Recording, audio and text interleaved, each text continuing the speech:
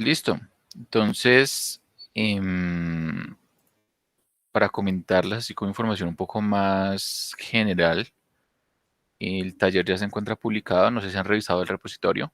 Igual permítame que le damos un vistazo rápido para que lo entendamos, ¿listo? Es un taller pues que está muy enfocado en la primera parte pues, de lo que hemos hablado, es decir, se enfoca un poquito más en lo que sería expresiones regulares y limpieza de texto, ¿listo? Pues permítame acá abro GitHub.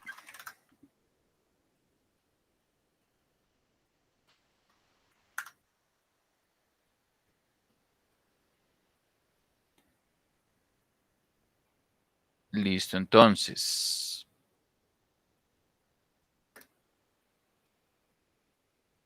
aquí nuevamente pues se encuentran todo el contenido, pues ya está actualizado. Y pues lo importante es aquí pues que veamos el taller uno. El taller uno pues la fecha pues la idea es que lo desarrollen durante este mes, no hay mucho afán.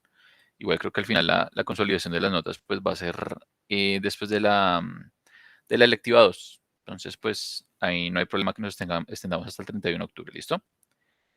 Entonces, veamos más o menos de qué trata el taller.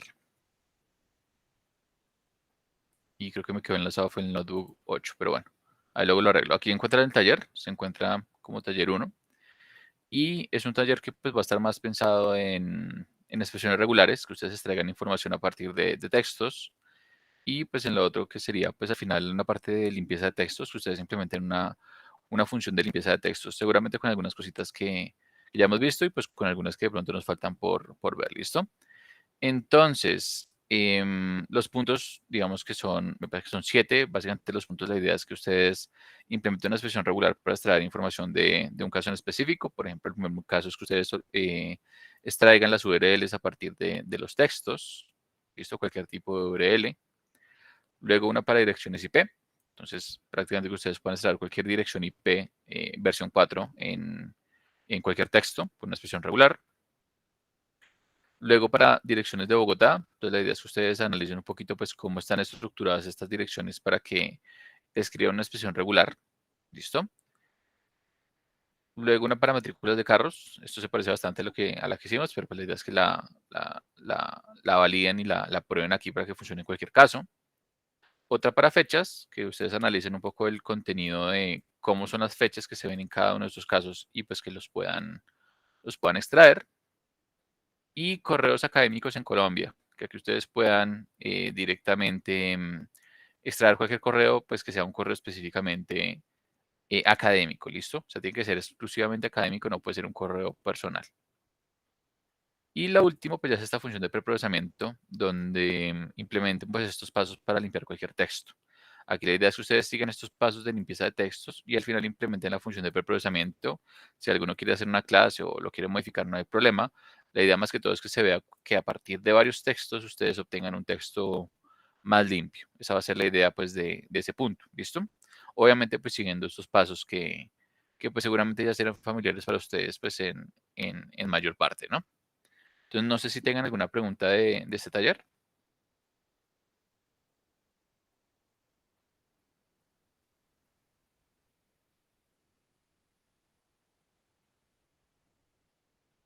¿Todo claro? Profe, una pregunta. En el caso de las direcciones IPs, ¿hay que tomar solo la dirección en específico o, por ejemplo, ese que toma el FTP, hay que tomar también la cabecera de FTP? Sí, únicamente la dirección IP. Aquí es importante Ok, restringirlo únicamente a la dirección IP. ok, listo, profe. Aquí pregunta Andrés en el chat. En el punto de lematizar, ¿hace parte de la función o para después del preprocess? Hace parte de la función. La idea es que, y acá. Entonces, la idea es que la lematización esté dentro de la función. ¿Listo? O sea, que ustedes dentro de la función retornen el texto ya con sus lemas. ¿Listo? O sea, ya en su versión lematizada. Estos puntos, ahí como para aclararlo, este punto en especial lo pueden solucionar si quieren con NLTK o con Spacy, ya con el que se sientan ustedes más cómodos, ¿listo? Pero pues sí, la matización va dentro de la función.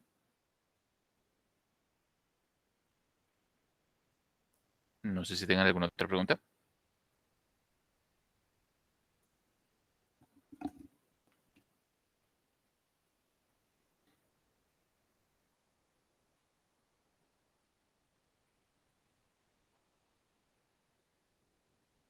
Listo. Y pues ya también digamos que otra parte que va a comenzar a ser como muy importante, seguramente pues no en cara a esta lectiva generalmente es un poco más introductoria, pero sí en la electiva 2, en la electiva 2 digamos que sí sería bueno que, no sé si ya todos tengan un proyecto definido o algún trabajo en el que estén avanzando, pero pues también sería la idea que ustedes comenzaran ya como a estructurarlo un poco más.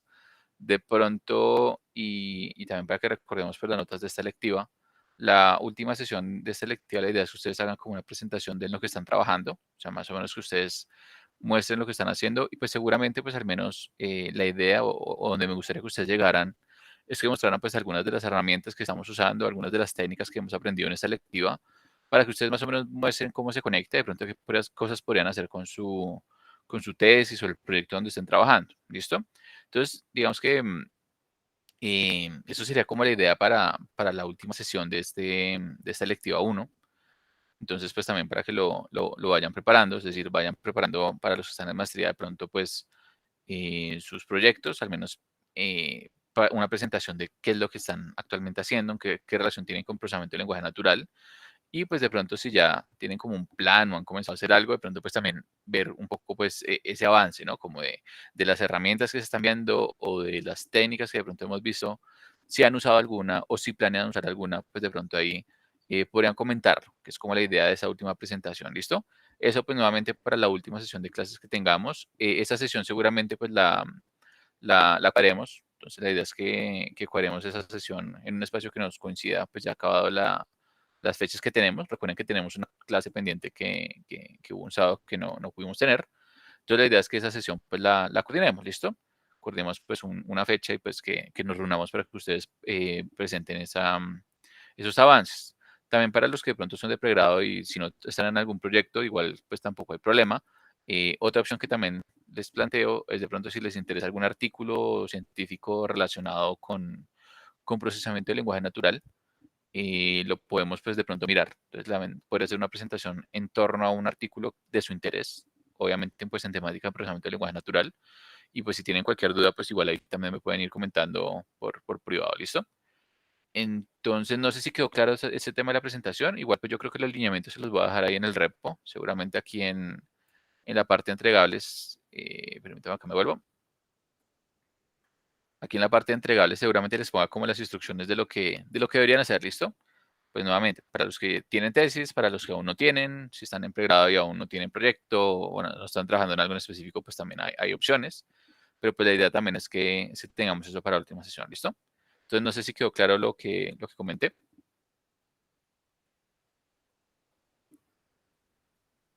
Sí, sí, señor. Sí, señor. Profe, qué pena, esa sesión más o menos para cuándo quedaría. Listo. Creo que nos deben quedarnos como 3, 4 sesiones, me parece. O sea, esta electiva creo que tiene dos. Permítame, yo busco la terminación porque es importante tener esa fecha. Acá yo abro el correo de exactamente hasta cuándo iban las sesiones. Y no sé si alguna de pronto tengo por el calendario de las sesiones, pero me parece que esta o la siguiente puede ser la última semana de esta electiva. Ya después de eso, la idea es que coordinemos, puede ser en cualquier momento de octubre que tengamos la sesión, o sea, no hay tanto afán con eso. Acá yo reviso a ver si encuentro el correo de Joaquín con los plazos de la materia.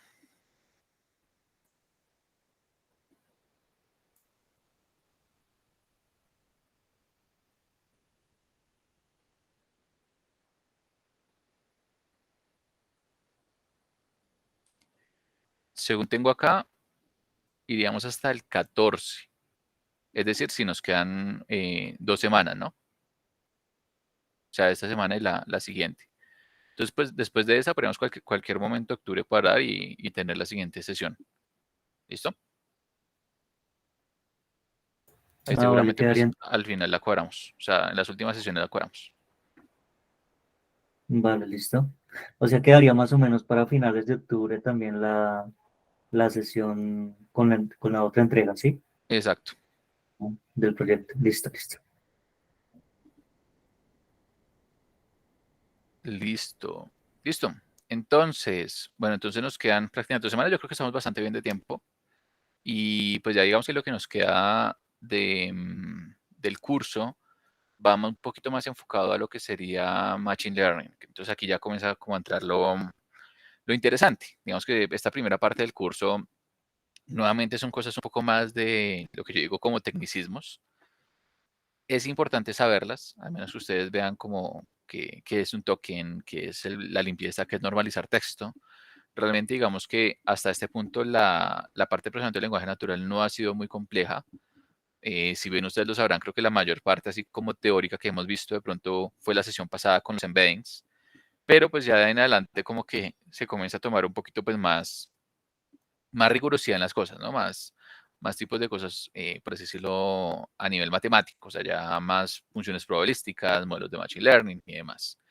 Pero siempre toda esta base de procesamiento del lenguaje natural es importante tenerla clara, porque hay muchas veces que uno se preocupa mucho con la parte del modelo, entonces uno se pone a jugar, que cambiar el modelo, que va a tener una red recurrente, que va a tener un transformer de tal tipo, y pues resulta que realmente gran parte del problema se pudo haber solucionado simplemente con una expresión regular. Entonces no se les haga raro eso, en la industria pasa un montonón. Hay veces que las personas ahorita por el hype quieren que utilicemos un modelo, un gran modelo de lenguaje para todo. Entonces quieren estar usando ChatGPT en todo lado.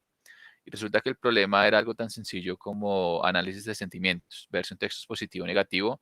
Y para eso se montaron una infraestructura ni la más enorme en AWS que tiene un montón de recursos, que tiene allá un modelo de cloud corriendo, que tiene por allá un alpaca corriendo, pues tratando de optimizarlo, cuantizarlo. Y resulta que ese problema se solucionaba fácilmente sacando una bolsa de palabras y contando o una librería que ya existe, que se llama Vader, que simplemente coge reglas y dice si esto es positivo o negativo. Entonces hay que tener muy en cuenta eso. No siempre es necesario utilizar técnicas avanzadas y es bueno saber estas técnicas básicas porque muchas veces estas técnicas básicas solucionan un problema bien sin la necesidad de tener mucho costo computacional, sin la necesidad de requerirnos mucho tiempo en el diseño de la solución de Machine Learning o inteligencia artificial, sino que simplemente con alguna función básica podemos solucionar el problema, funciona bastante bien y no hace falta pues invertir tanto recurso en eso, ¿listo? Bastante interesante, pero pues nuevamente ya a partir de ese punto pues la idea es que comencemos a hablar de Machine Learning y pues veamos su aplicación dentro del procesamiento del lenguaje natural, al menos la introducción básica, que sería como el enfoque clásico, que no se les haga raro que en la industria se use bastante aún, donde ustedes tengan que extraer características y luego modelar, ¿listo? O sea, implementar un modelo y ahí como que sería el enfoque completo. A pesar de que, como vamos a ver en la lectiva 2, hay modelos que lo hacen todo, ¿no? Pero bueno, entonces vamos antes de eso, y no sé si la sesión pasada creo que nos faltó, permítame acá, a ver si me sale el notebook. Creo que de embedding nos quedó una aplicación pendiente, me parece. Permítame ver si acá esto funciona. ¿Ustedes me escuchan bien? Que creo que está como un poquito lento el computador. Permítame ver si yo acá puedo cerrar algunas ventanas del navegador que pueden consumir recursos. Hoy en día, como ustedes bien lo sabrán, pues la web está súper saturada, ¿no? A ver si ahora nos deja. Está como trabado ese collab. Pero permítame acá, yo más bien cierro este otro collab. Es como esa pestaña de collab que está como muy cargada. Y vamos a trabajar en este otro. Aún así creo que collab está un poco lento, ¿no? No sé si a ustedes les ha pasado hoy o han tratado de entrar a collab hoy, pero pues puede que tengamos problemas. Eso a veces suele pasar en collab. Por ahí no sé si vieron que salió un error de JavaScript antes de que cambiara. Creo que sí, collab está teniendo sus problemitas hoy. Pero bueno, entonces, me parece que aquí nos quedó faltando lo que sería la búsqueda semántica y similitudes. ¿Listo? Entonces, la idea de esta primera parte de la sesión sería que terminemos estos dos ejemplos, que veamos cómo podemos implementar una búsqueda semántica y luego, pues, cómo podemos tener un modelo de similitud. ¿Listo? Esta parte de similitudes van a ver que es bastante interesante porque con similitudes ustedes prácticamente pueden representar un texto como una imagen. Es bastante interesante. Y a partir de esas similitudes ustedes pueden entrenar otro modelo de Machine Learning basado en imágenes y ahí uno como que comienza a ver enfoques bastante interesantes. Pero pues tengamos en cuenta que esta parte de similitud es bastante interesante. Y aquí pues seguramente vamos a tener que hablar de lo que sería similitud textual y similitud semántica, que esto es un tema que nuevamente en algunas oportunidades también sirve un montón. Si les parece, yo creo que ahí también alcanzamos a ver un ejemplo de un corrector de ortografía, aunque pues seguramente con un vocabulario que es por ahí un vocabulario que tengo desde hace tiempo, no es completo, no es como que contenga todas las palabras del español, a pesar de que tiene bastantes palabras, tiene como 80.000, pero pues ahí vamos a ver cómo es el enfoque para similitudes, ¿listo? Entonces, vamos a comenzar con la parte de búsqueda semántica. Permítame acá ver si podemos volver a cargar el modelo que habíamos descargado la otra vez. Entonces, permítame acá, me voy a conectar de una vez.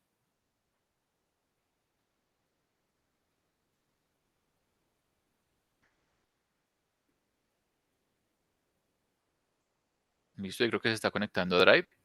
Esperemos a ver si nos termina de conectar de una vez.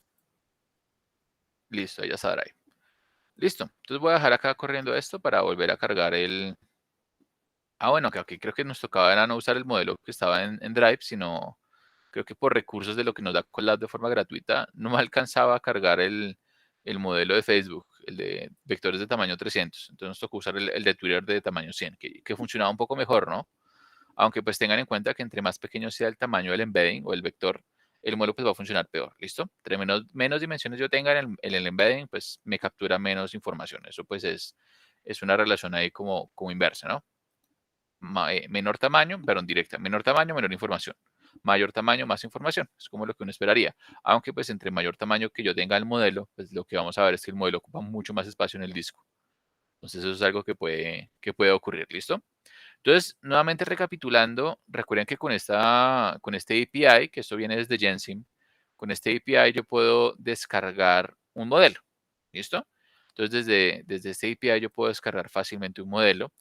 Y recuerden que pues dentro del info yo tenía un montón de modelos que podría ver. Entonces aquí hay distintos. Acá hay un FastText de 300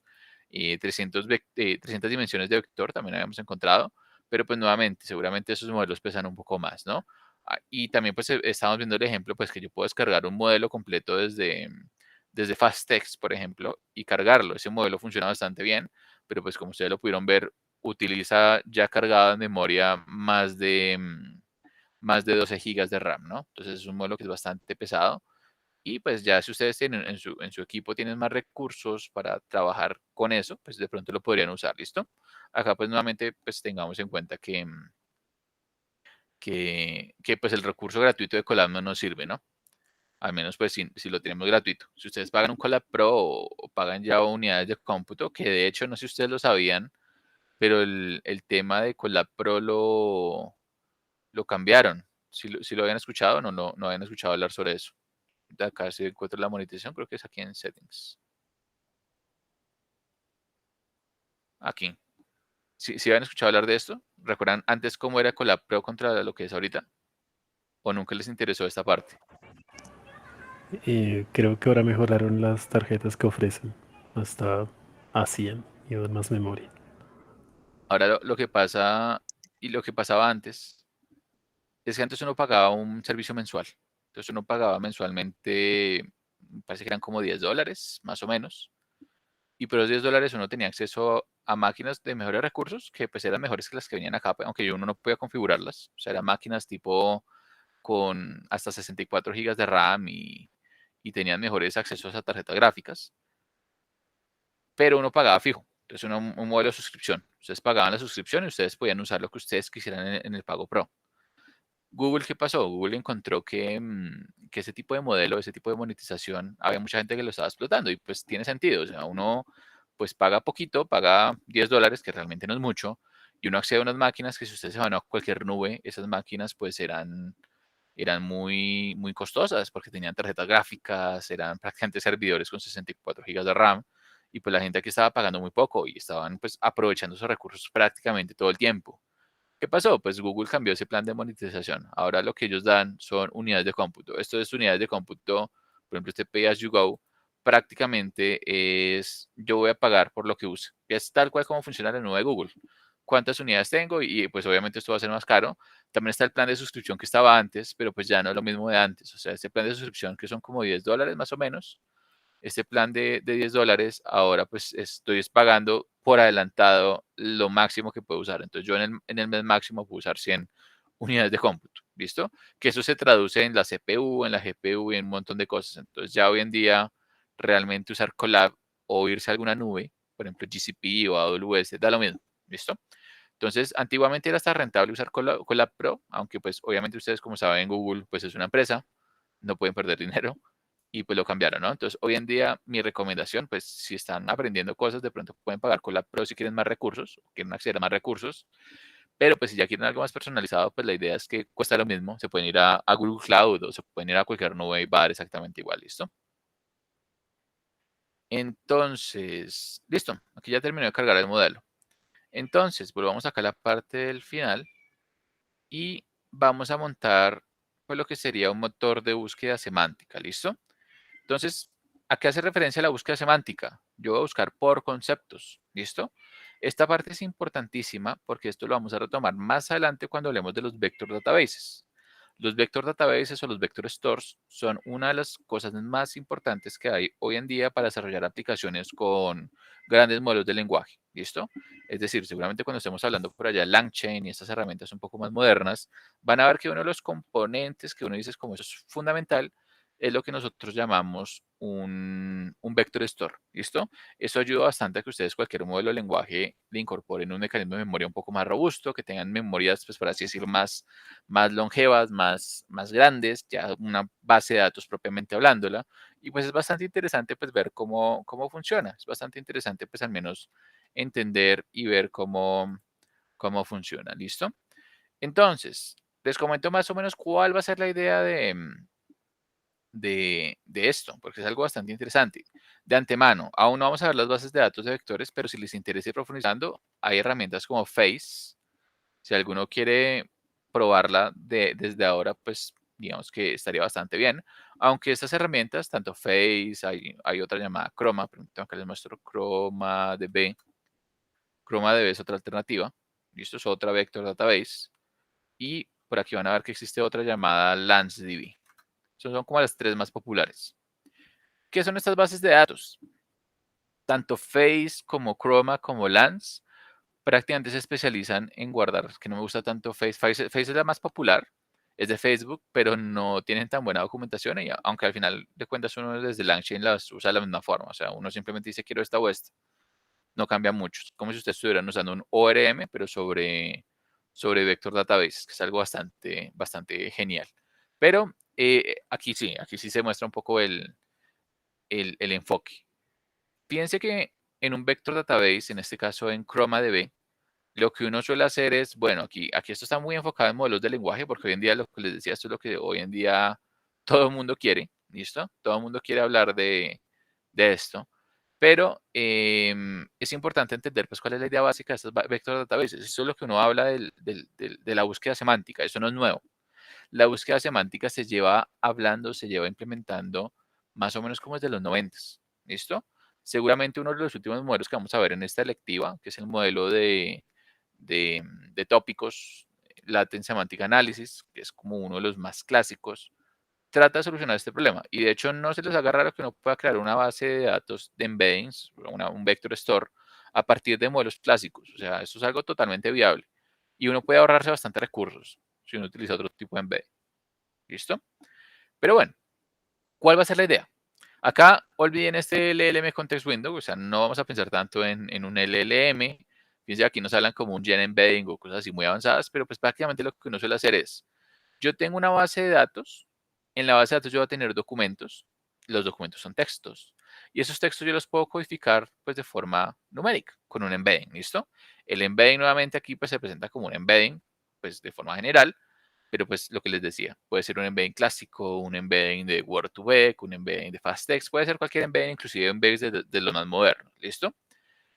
La base de datos se especializa en guardarme el texto del documento y en guardarme el vector, ¿listo? Pero la base de datos también se va a especializar en permitirnos recuperar de una forma muy fácil lo que sería un documento que se parezca mucho a un documento de entrada. ¿Cómo yo comparo que se parezca un documento con otro? Con los vectores.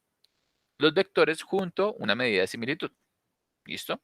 Por ejemplo, en los vectores más modernos se suele usar bastante la distancia euclidiana.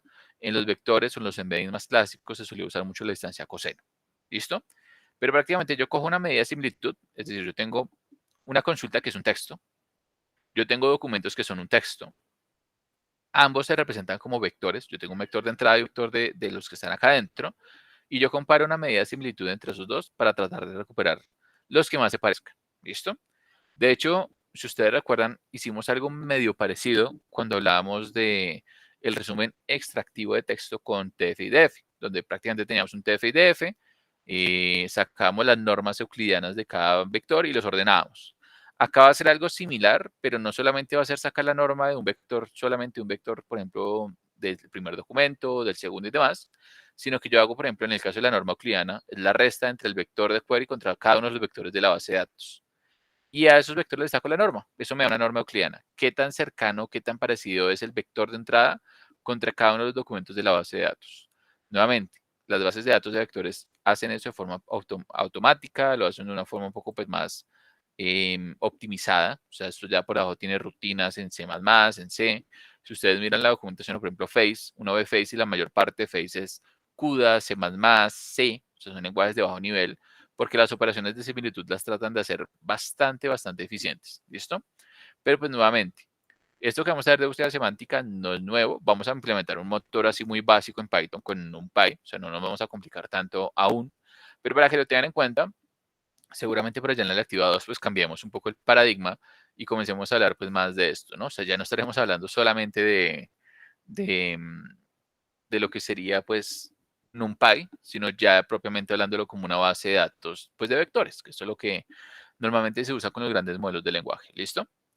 Entonces, para la búsqueda semántica, si quiere, pues vamos a hacer un motor muy sencillo que haga lo siguiente. Vamos a partir por aquí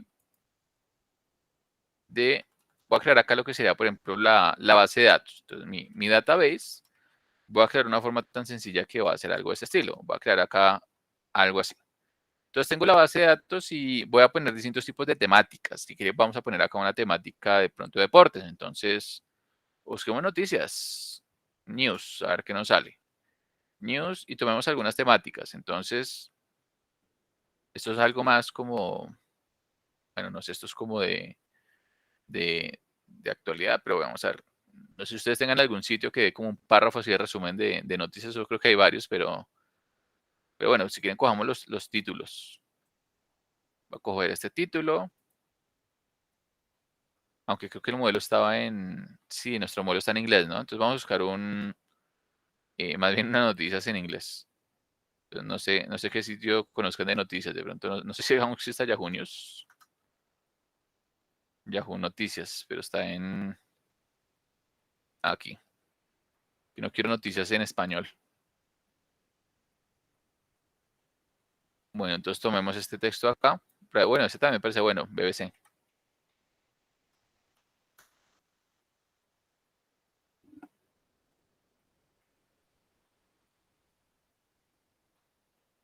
Listo. Y de acá a ver si hay un listado rápido. Bueno, está como el top 10. Pero creo que también podemos buscar de pronto por temática. Dice que aquí hay como temáticas. Busquemos algunas temáticas. Por ejemplo, en Science tomamos algún texto cualquiera.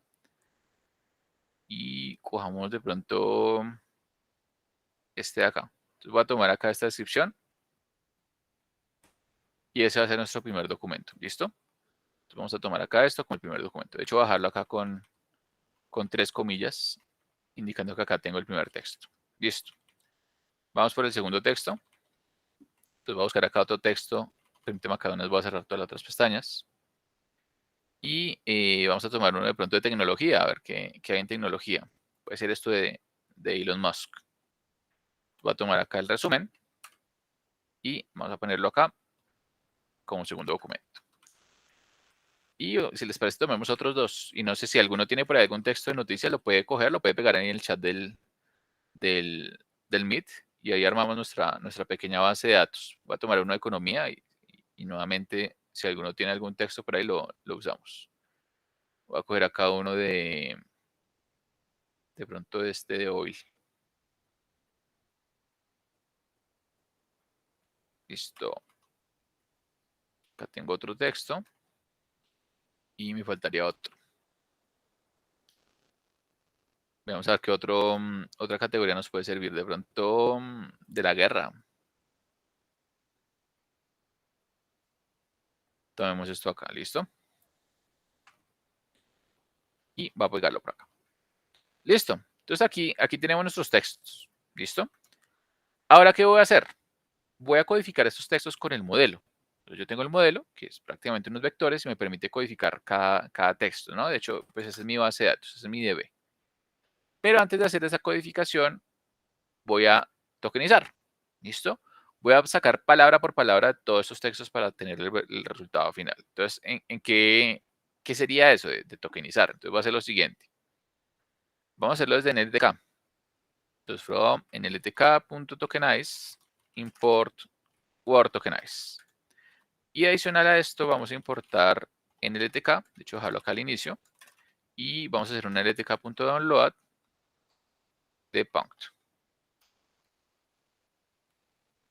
que es como el módulo que necesitaría ahí adicionalmente.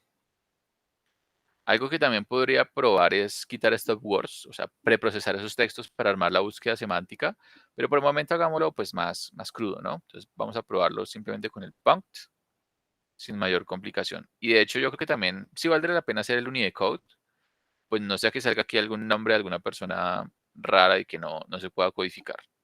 Listo, vamos a hacerlo también. Entonces, vamos a hacer acá la instalación de Unicode y aquí lo vamos a importar.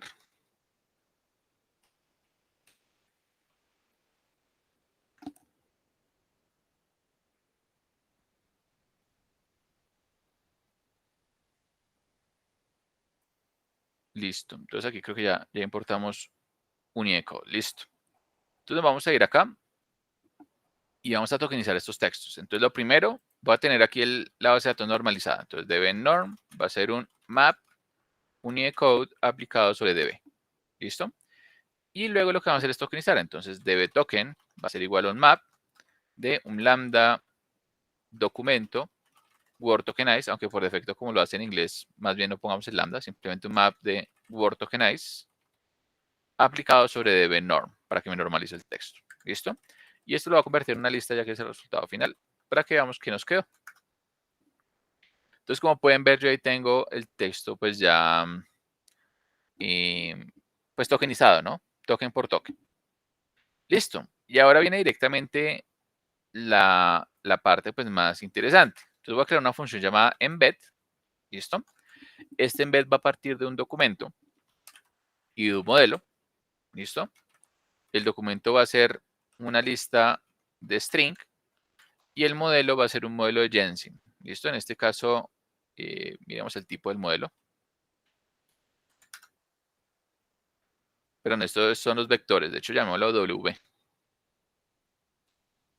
Porque no es propiamente un modelo, sino que recuerden que son únicamente los vectores. Y vamos a importar este tipo. Vamos a importar el tipo lista. Entonces vamos a importarlo por acá. Y también desde Jensen. Entonces, por aquí ponemos un from Jensen. Punto. Y miremos cómo era el import completo. Voy a copiarlo tal cual como lo teníamos acá abajo. Jensen Models Key Vectors.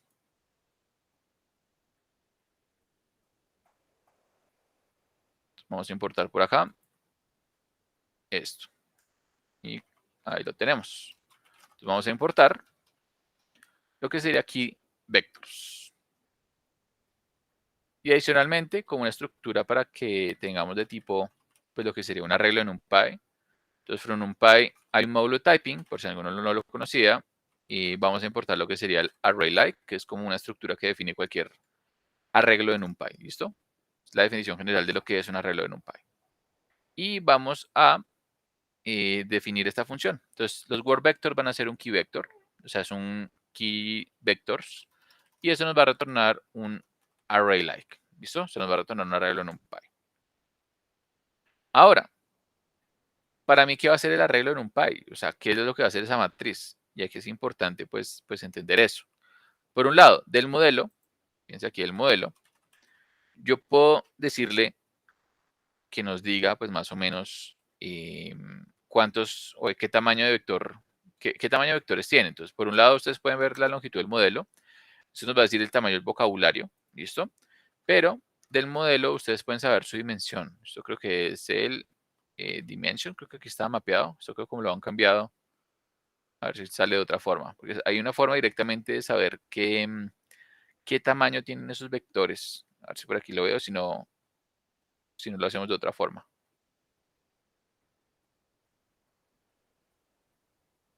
Vector size.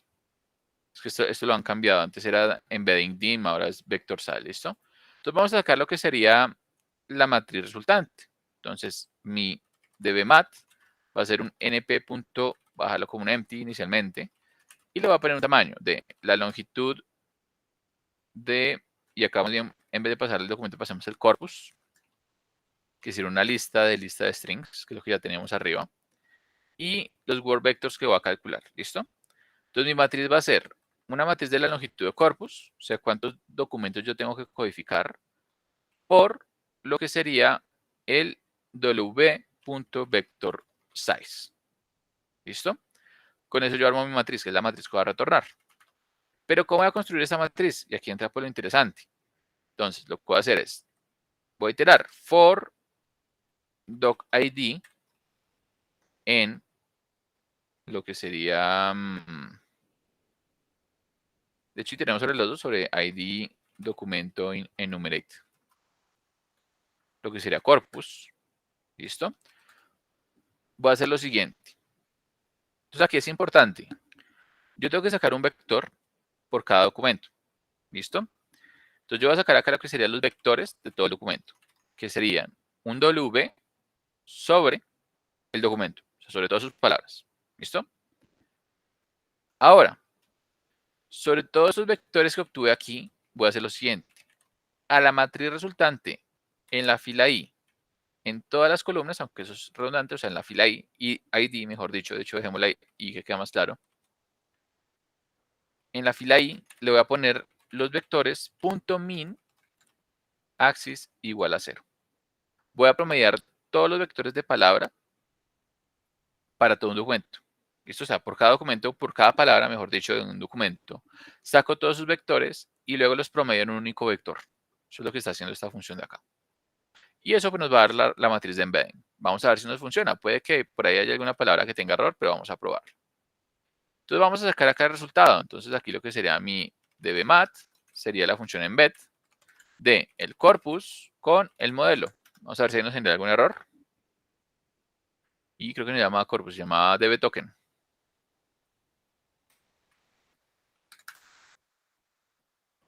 Bueno, y fíjense que aquí hay palabras que no están presentes. Creo que es por lo que están en mayúsculas. Probemos en minúsculas. Entonces vamos a hacer acá el mapeo. Entonces db lower map lambda documento.lower aplicado sobre dbnorm y acá lo aplicamos sobre lower. Esas son cosas que pueden pasar porque el modelo que tengo acá pues solamente captura minúsculas y veamos a ver si esto nos captura todo. Puede que ya ahí comience a tener varios problemas de que una palabra no se encuentra presente en el vocabulario y pues fíjense lo que puede pasar. ¿Listo? Pero bueno, no hay lío. Entonces vamos a hacer lo siguiente. Vamos a hacer aquí la siguiente notación. Entonces mis vectores inicialmente van a ser una lista vacía. Y lo que voy a hacer es que si alguna palabra no llega a estar dentro del vocabulario del modelo, la voy a omitir, ¿listo? Entonces hacemos lo siguiente. For lo que sería Word in documento, voy a tratar de sacar su vector. Entonces intentamos, hacemos un try de sacar el vector como un Word vector o Word vectors en la posición de la palabra. Si funciona esto, voy a los vectores a agregarles lo que sería el vector. ¿Listo? En caso contrario, pues directamente vamos a continuar. Acá podemos hacer un continuo de la iteración. ¿Listo? Esta pues va a ser la idea. Si el vector se encuentra dentro del vocabulario, aunque igual esto pues en vez de tener el try creo que podríamos validarlo. Podemos hacer aquí una validación de esto. Creo que aquí el word vector creo que tiene un vocabulario. A ver, acá me sale word v, pero acá se llama model. Model.vocabulary. Y este vocab creo que tiene un atributo de validar si una palabra se encuentra adentro.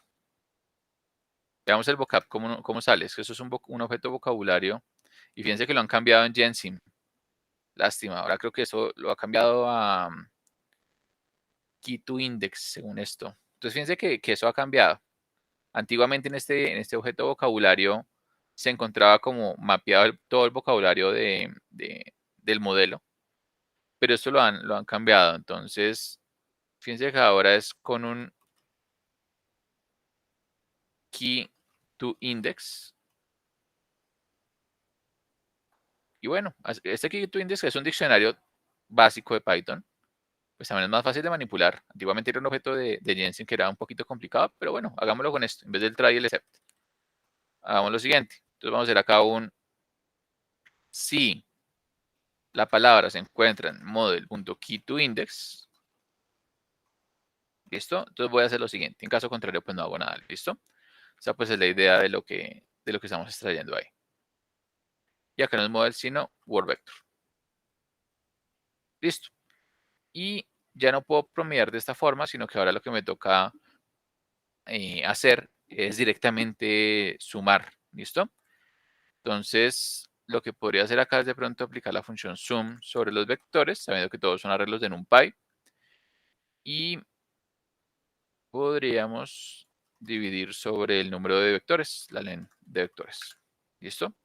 Como para no crear una matriz de NumPy ahí adicional, sino que simplemente coja los vectores, los sume y los divida sobre cuántos vectores hay. Y listo. Vamos a probar con este nuevo código a ver cómo funciona. Listo. Teniendo esto, tenemos esta matriz. Fíjense que esto es una matriz, pues que tiene distintos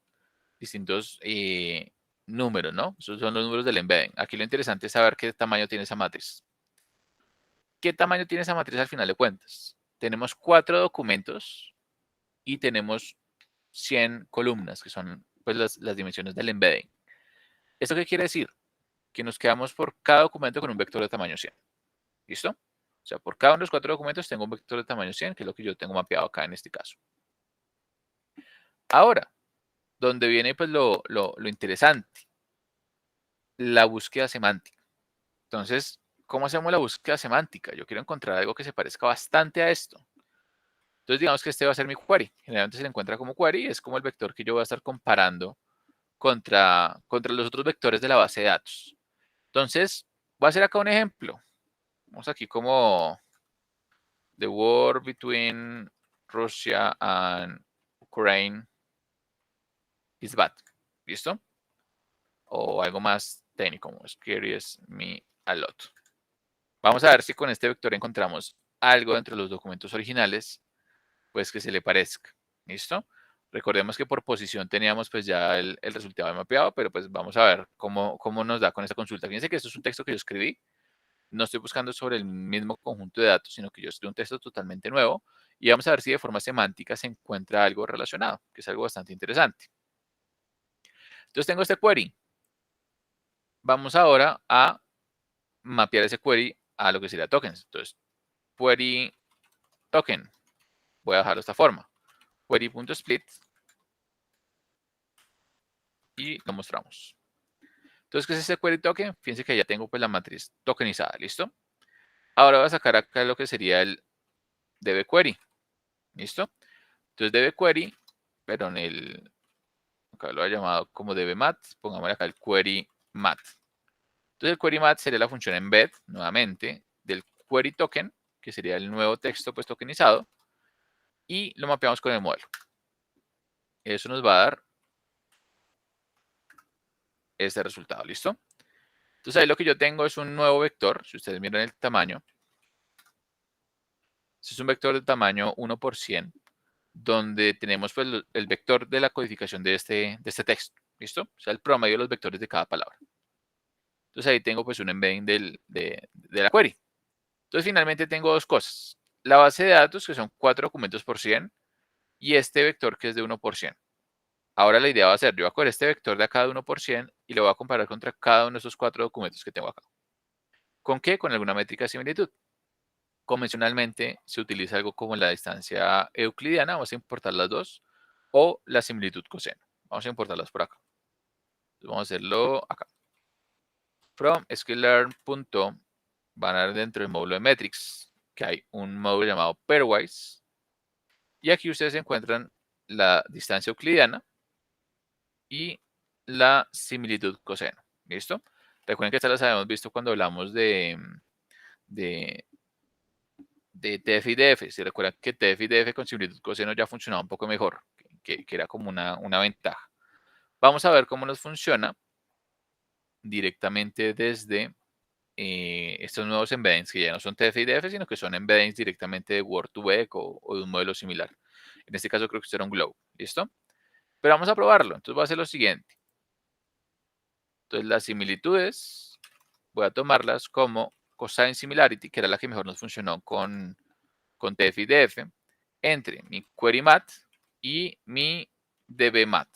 ¿Listo? Eso me va a dar un vector de similitudes. Y si les parece, también importemos pandas de una vez. Vámonos por acá. Para las operaciones de ordenamiento y de manipulación de datos. ¿Listo? Entonces veamos cómo funcionaría eso. Y vamos a crearla con DataFrame. Sea un pd.dataframe. Voy a crearla partiendo de diccionario y le ponemos los textos que serían directamente el db, que creo que así fue como lo llamamos. Listo. Entonces texto es igual a db y las similitudes van a ser igual a sims. Sobre esto de una vez vamos a decirle que no lo ordene. Entonces sort values by similitudes. ¿Listo? Eso nos va a dar acá un resultado. Y aquí nos dice que debe ser unidimensional. Eso es porque nos falta aquí un flatten. Listo. Entonces si yo aquí viera el data frame, vamos a ver cómo por similitud coseno, cuáles son los que más se parecen. Aunque fíjense que las similitudes están dando bastante altas entre todas, pero vamos a ver cuál tiene mayor similitud. Entonces tenemos our values by sims. De hecho, vámosle acá un ascending igual a false, para que arriba quede el más relevante. Y voy a darle un punto head 1. Y de aquí sacamos el punto sim, el punto text a ver qué nos da. Listo. Y de aquí valdría la pena sacar un string de esto.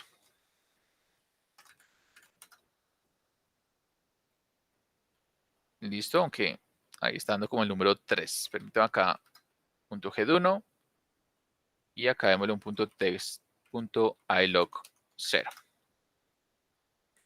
Listo, este fue el resultado que nos quedó. Entonces yo puse que la guerra entre Rusia y Ucrania pues daba bastante miedo.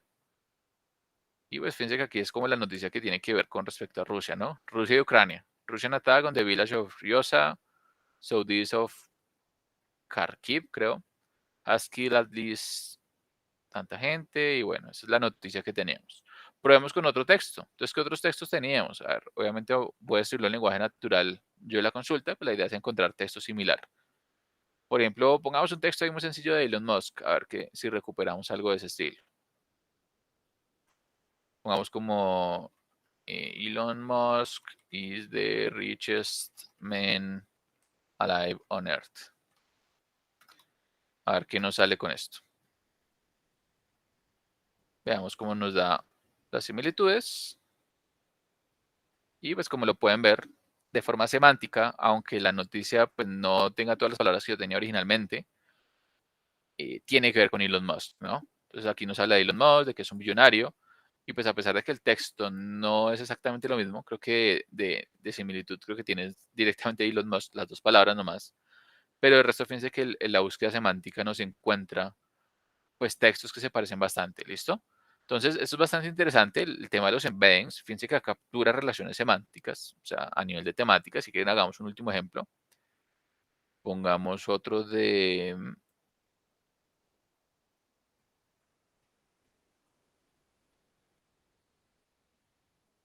Creo que el primero nos habla es como de fotografía, ¿no?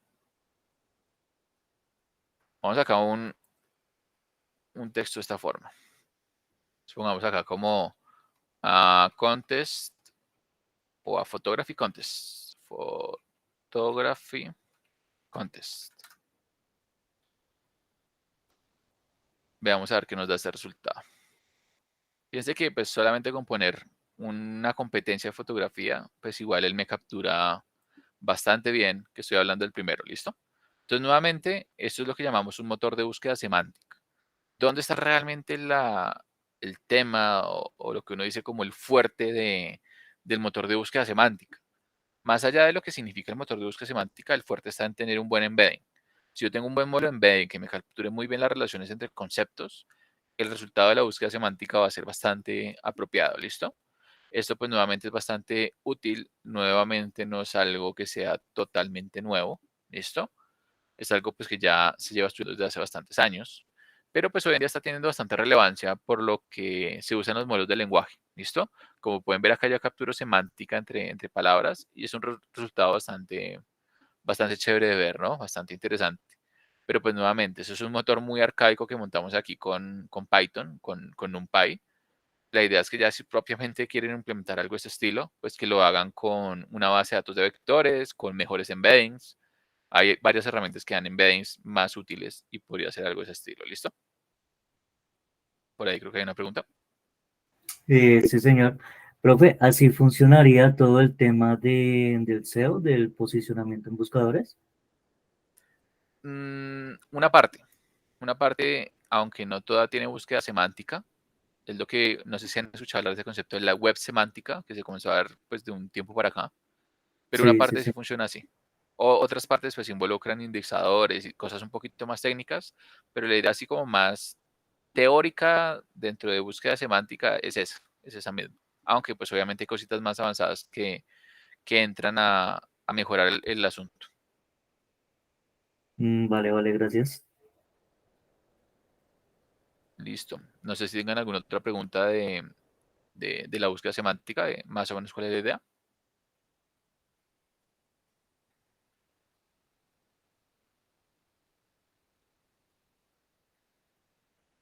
Listo, creo que no. Listo. Y pues ya por último, me gustaría que habláramos de similitudes, porque es bastante interesante ese ejemplo de las similitudes. Entonces, cuando hablamos de similitudes, muchas veces uno va a comenzar a diferenciar lo que sería una similitud semántica contra una similitud textual. ¿Listo?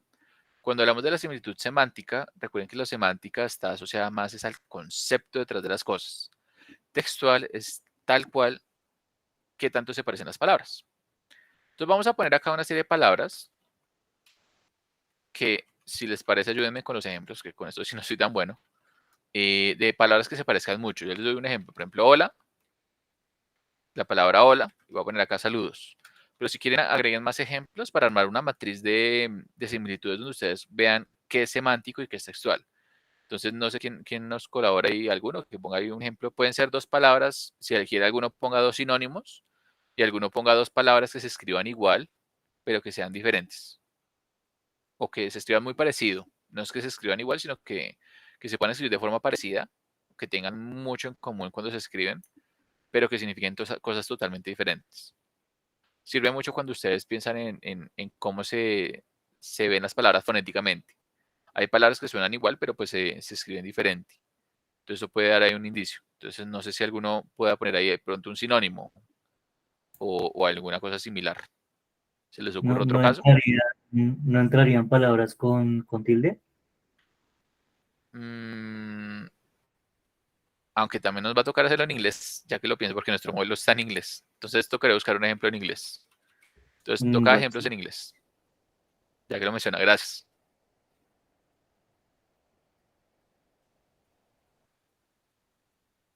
Entonces, ¿qué palabras en inglés se les ocurre?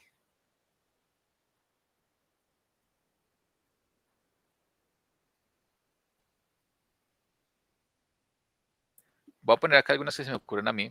Por ejemplo, shadow, dark y shallow. ¿Listo? No sé si alguno tenga más palabras en inglés que podamos usar ahí.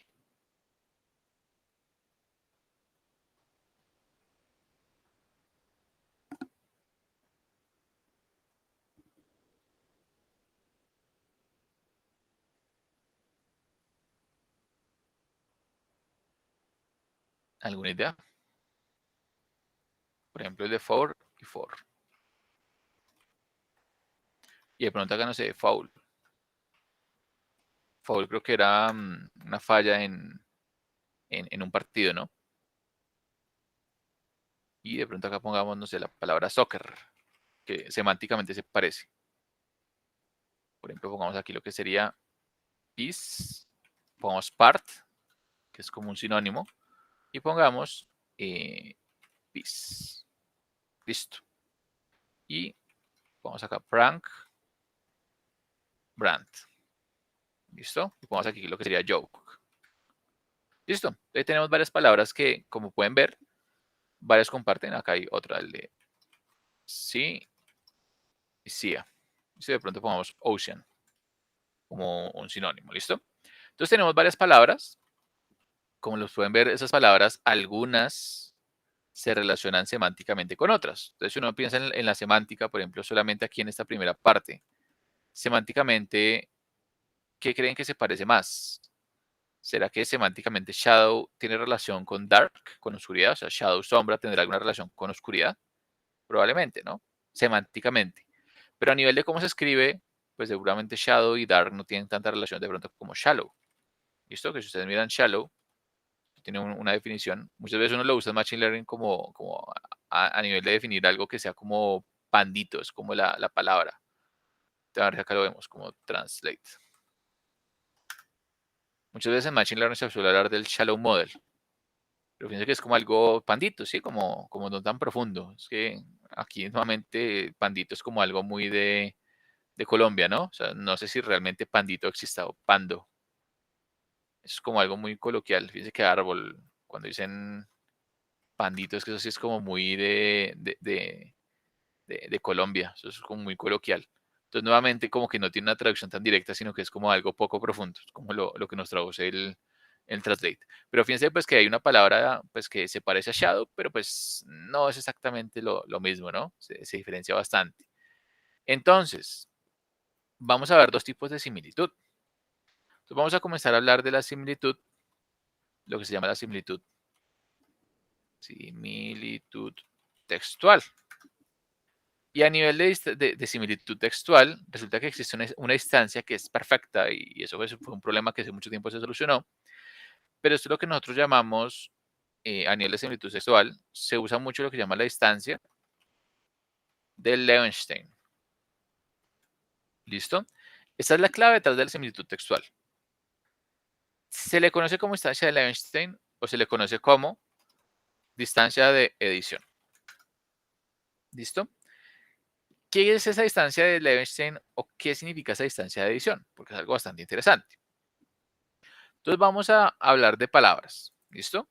Supongamos que nosotros vamos a partir de este ejemplo. Voy a partir aquí de lo que sería la palabra perro y yo quiero mapear esto a lo que sería, y de hecho vamos a dejarlo acá con esto para que sea mejor.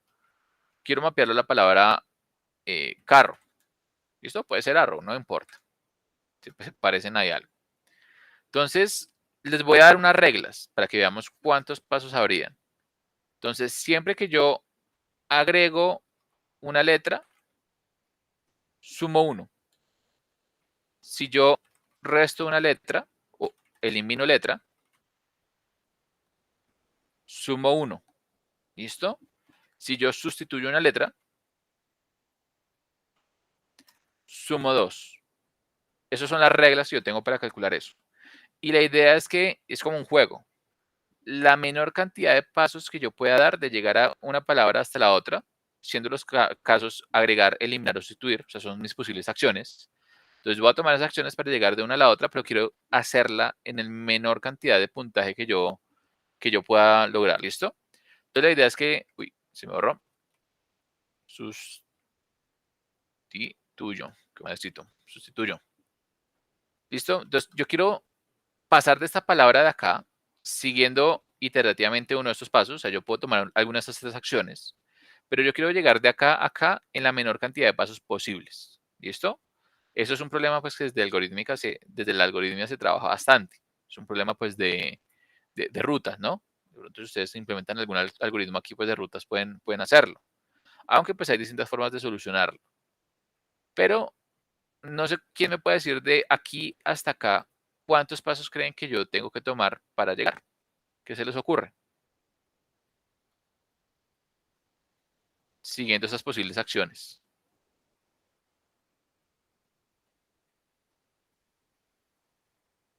Voy a hacer yo un intento y ustedes me comentan si ven una mejor forma.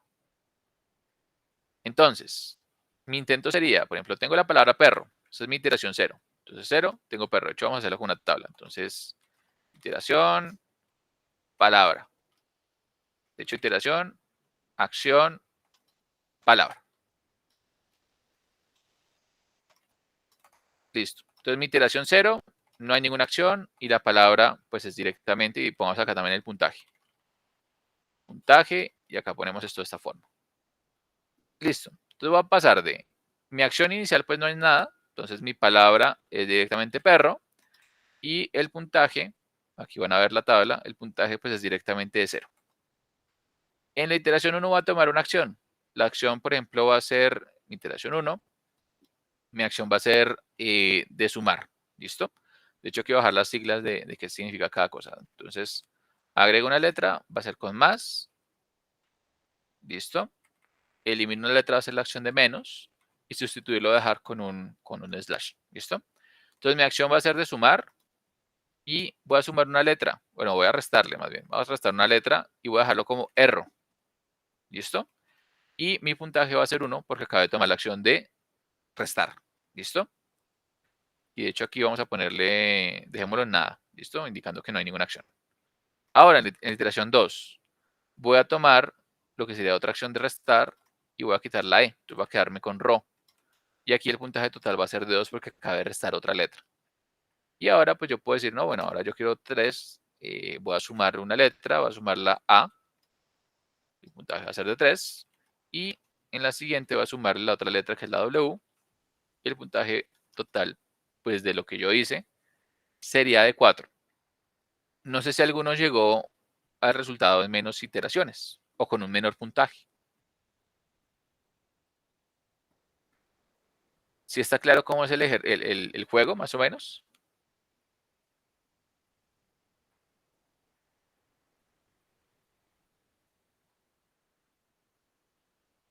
Sí, sí, señor. ¿Lograron algo menor que 4?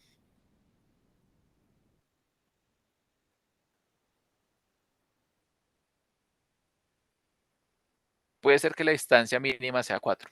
¿Listo? Pero nuevamente, aquí como ustedes pueden ver, esto tiene muchas combinaciones, que yo agrego letra, que yo resto letra, que yo hago tal tipo de cosas. Pero pues es un problema que ya ha sido bien estudiado y pues ya hay soluciones para este problema. ¿Listo? Entonces es algo como bastante interesante que hay que saber, o sea, este problema ya está solucionado. De hecho, hay librerías que permiten hacerlo. Si les parece, primero veamos como la problemática. Van a ver que la instancia de Levenshtein tiene distintas soluciones. Lo que les decía, pues hay reglas, hay funciones que las implementan. Por ejemplo, creo que eso es una instancia de Levenshtein que está implementada desde C, me parece. No, eso es autocódigo. Pero bueno, por aquí creo que alguien la implementó en C. Fíjense que aquí hicieron una implementación en C. Y podemos tomarla. Creo que no habría mucho lío en tomar este código a ver si nos funciona bien. Vamos a sacar la prueba de mi computador. Aunque creo que nos tocaría, para pasar a Python, creo que sería un poco complejo. Tocaría implementar ahí un wrapper o pasar por entradas y salida estándar los textos. Y nos tocaría hacer en el main toda la captura. Vemos aquí si hay otra alternativa más sencilla, como de compilar. La de Python sí seguramente esto va a ser bastante lento. Pero aquí lo hacen con programación dinámica. Entonces, no, si les parece, usemos yo creo que tenía una implementación. Yo he hecho una implementación con programación dinámica en Python. Entonces, más bien, si les parece, usemos esa para no complicarnos y más bien pues la revisamos, porque creo que ya la tenía compilada con Numba. Con Numba creo que tenía una versión medio compilada, aunque la podemos compilar también con Cython, para que veamos más o menos el ejemplo. Entonces, permítame acá yo la busco para que la veamos rápidamente.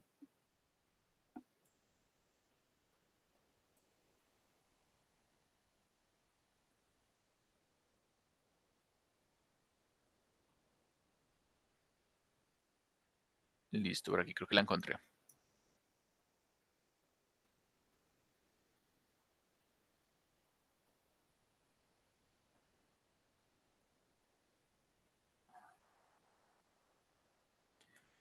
Listo. Originalmente esta era la implementación que tenía de... Uy, creo que no la copié. No, esto no es. A ver si que la copié. Listo. Esta es la implementación de Levenstein. Es una solución de programación dinámica. Como pueden ver acá, no sé si todos hayan hecho alguna vez programación dinámica. ¿Les suena de algo la programación dinámica? ¿O corchados con el concepto? Puede ser que si No, alguna ciudad algorítmica, de pronto no. no, a mí no, precisamente iba a preguntar eso que era. Mm, sí, pues lo he escuchado en el área de programación competitiva. Es un método para, bueno, ahorrar, recomputar cosas que uno ya computó.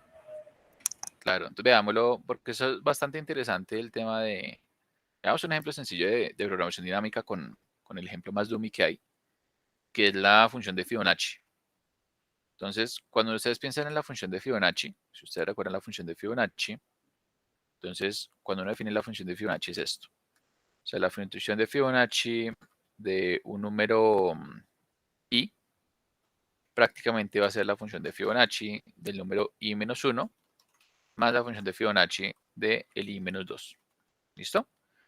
También pues teniendo en cuenta que y acá con algunas reglas, la función de Fibonacci puede ser definida a trozos, que no quiero como complicarlo tanto, dejémoslo más bien en i con un x. Pero pues dejémoslo acá como más quemado. Entonces f de x, bueno, f de 0, perdón, va a ser igual a 1 y f de 1 va a ser igual a 1. Esas son como las dos reglas iniciales y de ahí en adelante para cualquier otro x se cumple la condición para no ponernos aquí a definir una ecuación matemática muy, muy compleja. ¿Listo? Entonces esas son las reglas. F de 0 es 1, F1 es 1 y de ahí en adelante f de x es esto. Yo con eso podría plantearme implementar la función de Fibonacci. Entonces yo puedo implementar mi Fibonacci de x, que sea un número entero, y hacer lo siguiente. Si x se encuentra entre 0 y 1, vamos a retornar lo que sería un 1. En caso contrario, lo que va a hacer es retornar el f de x menos 1 más el f de x menos 2. Esta es una solución, lo que conocemos como la solución recursiva. Es una función que se llama así mismo, pero acá lo puse como f, es fib. ¿Listo? ¿Qué nos da esto? Eso nos da la secuencia de Fibonacci, que yo tengo como Fibonacci de 0. Esto nos debe dar de una vez el número 1. Fibonacci de 1. Número 1. Fibonacci de 2. Número 2. De 3 debería ser 3. Y ahí el siguiente, como sumo los dos anteriores, debería ser 5. ¿Listo? Y ahí como yo sumo los dos anteriores, debería ser 8. Como sumo los dos anteriores, este debería ser 13. Y así, fíjense que voy sumando los dos últimos. Pero esta implementación de acá, este fib, tiene un gran problema. No sé si alguno puede ver qué gran problema tiene esta función de Fibonacci. ¿Alguna idea?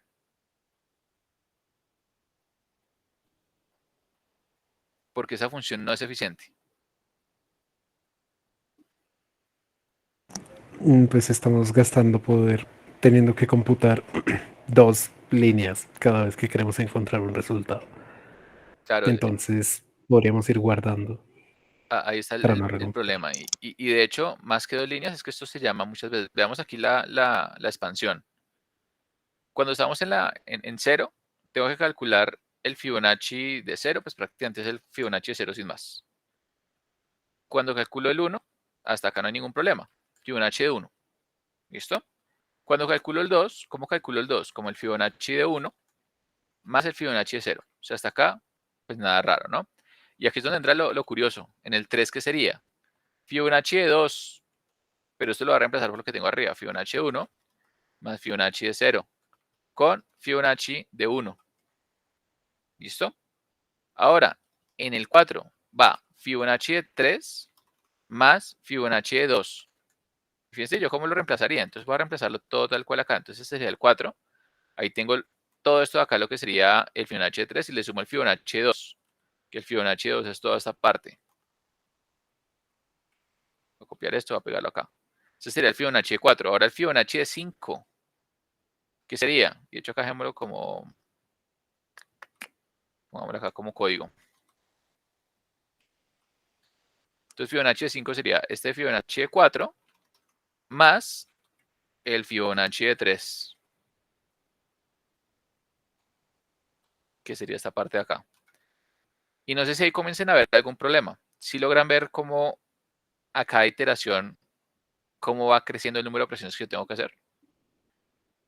Si ven cómo tiene como una forma como de exponente. Sí, sí, eso iba a decir, se incrementa exponencialmente.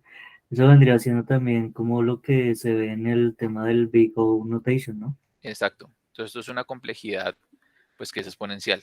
O sea, yo aquí no hablo de una complejidad ni lineal ni nada de ese estilo, sino que es exponencial. Tanto que si ustedes van a tratar de hacer como el Fibonacci de 100, fíjense lo que pasa. Con el número 100 se queda. ¿Listo? Creo que esto máximo con recursividad, máximo me parece que se soluciona como hasta el Fibonacci de 24. Creo que habían unos cálculos que por ahí habían de en un tiempo razonable, al menos de alguna cuestión de minutos, hasta dónde se puede lograr. Pero fíjense que esto es una función que llama un montón de funciones y acá seguramente Python nos va a dar un error de recursión. Python tiene una longitud máxima, bueno, una profundidad máxima de recursión, que si se supera ya Python lo detiene porque eso pues prácticamente puede matar el proceso de Python, es más como por seguridad. Pero fíjense que esta implementación de Fibonacci de 100 no es nada efectiva. Voy a eliminarla, listo. Pero pues sabemos que funciona, o sea, funciona, pero no funciona para todos los casos.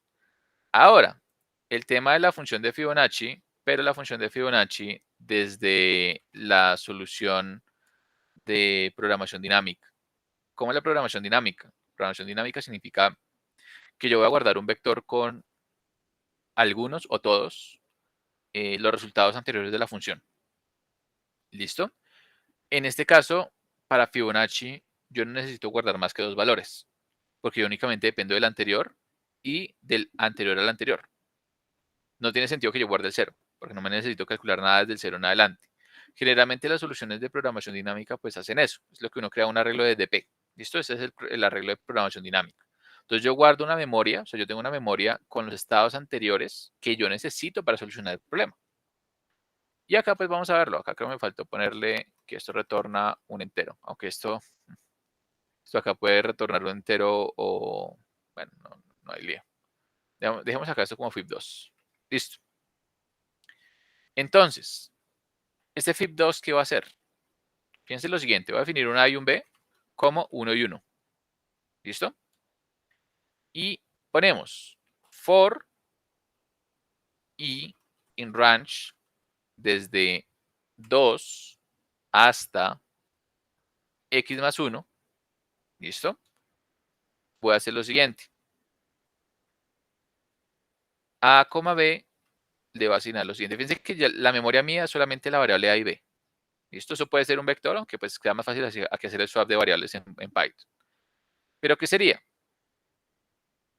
Entonces voy a decirle que A, que es el valor más antiguo, va a pasar a tener B.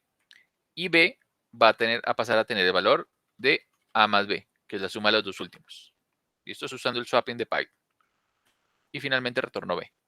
Esta es una solución de programación dinámica. Esto de acá será mi DP, o sea, mi arreglo de memoria. Los dos últimos valores que estoy guardando. Y aquí lo que yo hago es actualizarlos. Esta es la solución óptima para la serie Fibonacci. Vamos a ver que esto igual funciona. Fibonacci 2 de 0, 1. Fibonacci 2 de 1, 1. Fibonacci 2 de 2. Debería ser la suma de los dos últimos, que es 2, que es 1 y 1. Ahora debería sumar 2 con 1, que es 3. Ahora debería sumar 3 con 2, que ya debería ser 5. Habría de sumar 5 con 3, que debería ser 8, y ahí continuaría. Lo interesante es que ya esta solución, pues sí funciona para el caso de 100 y es casi instantánea, ¿listo? Porque esto ya es una solución pues que tiene tiempo lineal. Prácticamente yo estoy iterando, no sé si lo puedan ver que yo simplemente tengo un for que itera hasta llegar al resultado y ya, ¿listo? Entonces, eso es lo que llaman la programación dinámica. En programación competitiva, por eso mismo es tan utilizable, porque en programación competitiva, pues lo que se busca es tener una solución óptima a un problema. Es un problema pues, que es bastante interesante, ¿no? Y aunque pues a veces suele ser difícil, muchos problemas requieren algoritmos o entender mucho pues de los algoritmos base para poder solucionarla, pero pues fíjense que la programación dinámica sirve bastante para solucionar muchos tipos de problemas. Es una técnica muy común, ¿listo? No sé si les quedó claro qué es lo que es programación dinámica.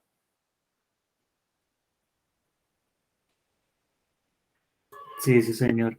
El profe pregunta, cuando se habla de programación funcional, Ahí ya es que, digamos, cuando uno tiene programación orientada a objetos, es que pues todo se maneja con objetos, ¿sí? Y funcional es que todo se maneja con funciones. Sí, exactamente. Entonces, más que todo se maneje, es que digamos que son dos paradigmas y eso viene desde hace mucho, mucho tiempo. De hecho, pues lo que uno trata de hacer con programación orientada a objetos es tratar como de escribir el mundo con los objetos, que son como modelos del mundo, y las acciones que pueden tomar sobre el mundo, que esos son los métodos. Pero otro paradigma, por ahí hace poco había un reel que no sé si por ahí lo guardé, que es un profesor, creo que del MIT, perdón, del MIT no, del MIT indio, hay una universidad allá en India que es como el equivalente al MIT, pero pues desde la India, es algo bastante interesante. Pero, a ver si lo encuentro y se los comparto ahorita por el grupo. Él, aunque de una forma muy efusiva, menciona que las funciones también permiten describir el mundo. Y eso viene pues desde la teoría de la computación. Ustedes se van allá a la teoría de la computación con Turing y recuerdan que las máquinas de Turing solucionan cualquier problema. Las funciones en teoría también solucionan cualquier problema. Y el paradigma funcional es que por medio de funciones yo puedo solucionar en teoría pues cualquier problema. Esa es la idea. Aunque pues no hablándolo como funciones a nivel de si tengo una función que recibe este X y saca un Y, sino ya hablándolo más de funcional, o sea, algo más como el cálculo funcional que se diría, que es como un cálculo de funciones, donde yo puedo hacer cosas de ese estilo, aunque Python lo soporta, aunque Python es puramente pues, un lenguaje funcional, pues soporta el paradigma, ustedes pueden hacer cosas de ese estilo, como tener una función f que sea un lambda de x dos puntos x al cuadrado, esa es mi primera función, tener un g que sea un lambda de x dos puntos x, vamos a hacerlo a 0.5, y que ustedes puedan manipular y crear nuevas funciones a partir de estas, algo como un y, que sea por ejemplo un f directamente, o sea, una copia de f, o hacer alguna operación pasando de las funciones, porque yo puedo crear acá una función llamada composition, que sea directamente un lambda, de un f, de un g, sabiendo que ambas son funciones, y voy a tener un f de un g, ¿listo? Y aquí de pronto composition, perdón, f, g y x. Y voy a tener un f de g de x. Lo estoy componiendo de las dos funciones. Aunque eso se simplifica, hay algo en FuncTools, permítanme, recuerden que FuncTools es el módulo para programación funcional en Python, de efecto. Pero fíjense en esto, from FuncTools, import partial, para no tener muchas lambdas por ahí volando. Y fíjense lo que yo puedo lograr con programación funcional. Entonces tengo este f, tengo este g, y yo puedo tener la versión, pues lo que diríamos la versión parcial de una función. Entonces yo puedo tener la función f o g, o sea, la función compuesta de f, como lo que sería un parcial de f, y acá uno comienza a pasarle parámetros. Entonces, parcial de f sobre el x. Entonces, x igual y parcial de g, y acá le pasamos el x, que es la entrada directamente. Entonces, aquí yo puedo decir como, no, es que aquí esta es mi nueva función. Lambda de x, dos puntos, esto. Entonces, aquí es interesante saber que yo puedo componer funciones. Fíjense que todas son funciones y yo puedo hacer un f o g de 2. Entonces, bueno, ahí me está dando un warning de lo que yo estoy obteniendo al final, pero pues me faltaría evaluarla. Entonces yo tengo el parcial de todo esto y al final lo evalúo.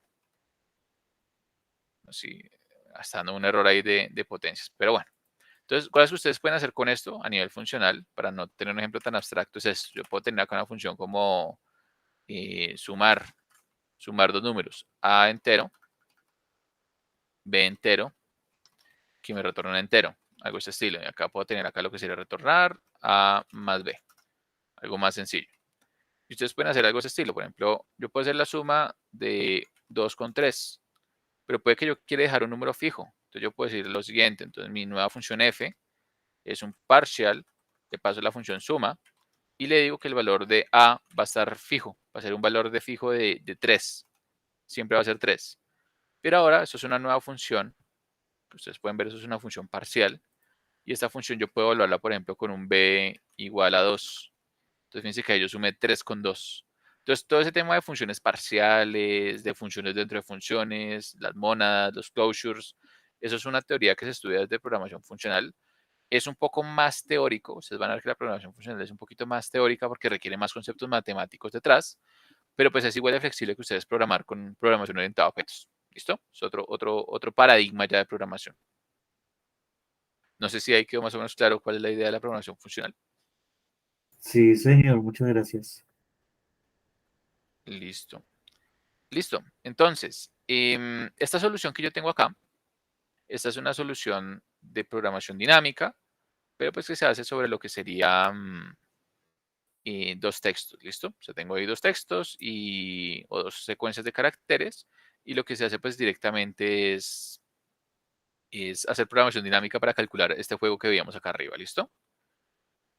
Esto pues obviamente involucra tener varias opciones, acá se inicializa una matriz de varias formas, pero pues nuevamente, pues si la quieren profundizar, digamos que ahí ya está la solución, que no sé si esta versión de Numba nos vaya a dejar compilar esta función, porque puede que no funcione también. Veamos un ejemplo, porque como involucra strings, a veces Numba no funciona también con strings. Démosle acá la función test y démosle la función test a ver cuánta distancia hay entre test y test. No sé si ya todos han usado Numba. ¿Alguno alguna vez no ha usado Numba? No, yo no lo he usado.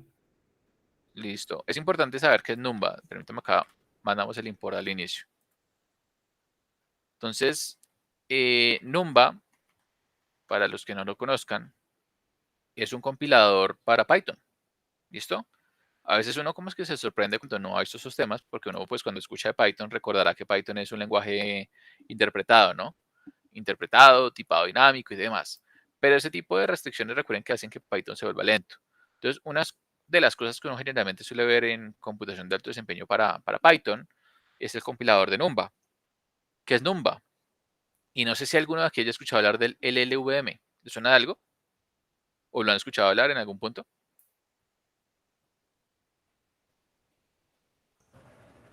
Sí, creo que se usa para los compiladores, a la hora de Claro. diseñar compiladores.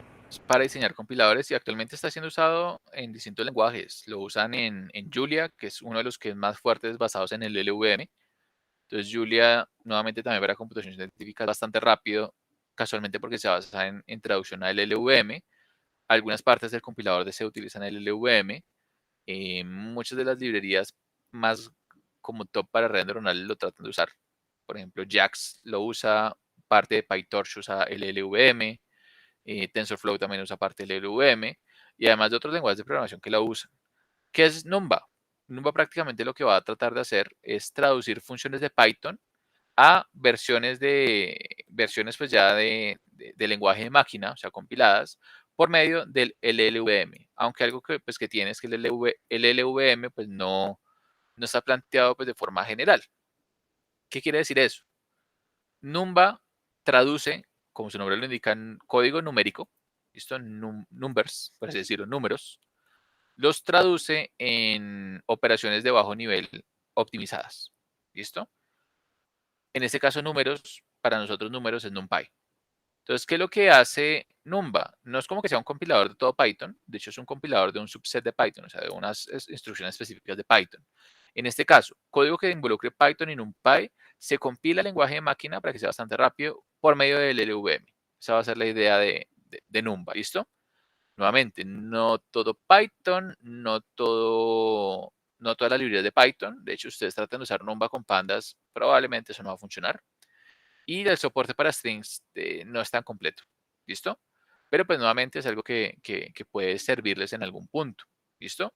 Aquí en este caso esta función, que esto la habíamos hecho hace años, aunque pues ya no vale la pena como implementarla tan de ese lado. Pero esta función pues prácticamente lo que tiene problemas, y si lo pueden ver por ahí, nos está dando problemas de tipos. Permítame ver si acá se lo podemos mejorar. Creo que de pronto el swapping de variables le puede estar molestando. Probémoslo acá con un número.format. Inclusive creo que queda más fácil hacerlo como más que formatear un string, hacerlo directamente sumándole A y a B directamente sumándole B, que al final es lo que está haciendo esta línea de acá abajo. ¿Listo? Si ustedes se fijan en el resto del código es NumPy. ¿Listo? Entonces el resto del código no tiene problema. Probemos nuevamente con este nuevo cambio a ver si nos saca error.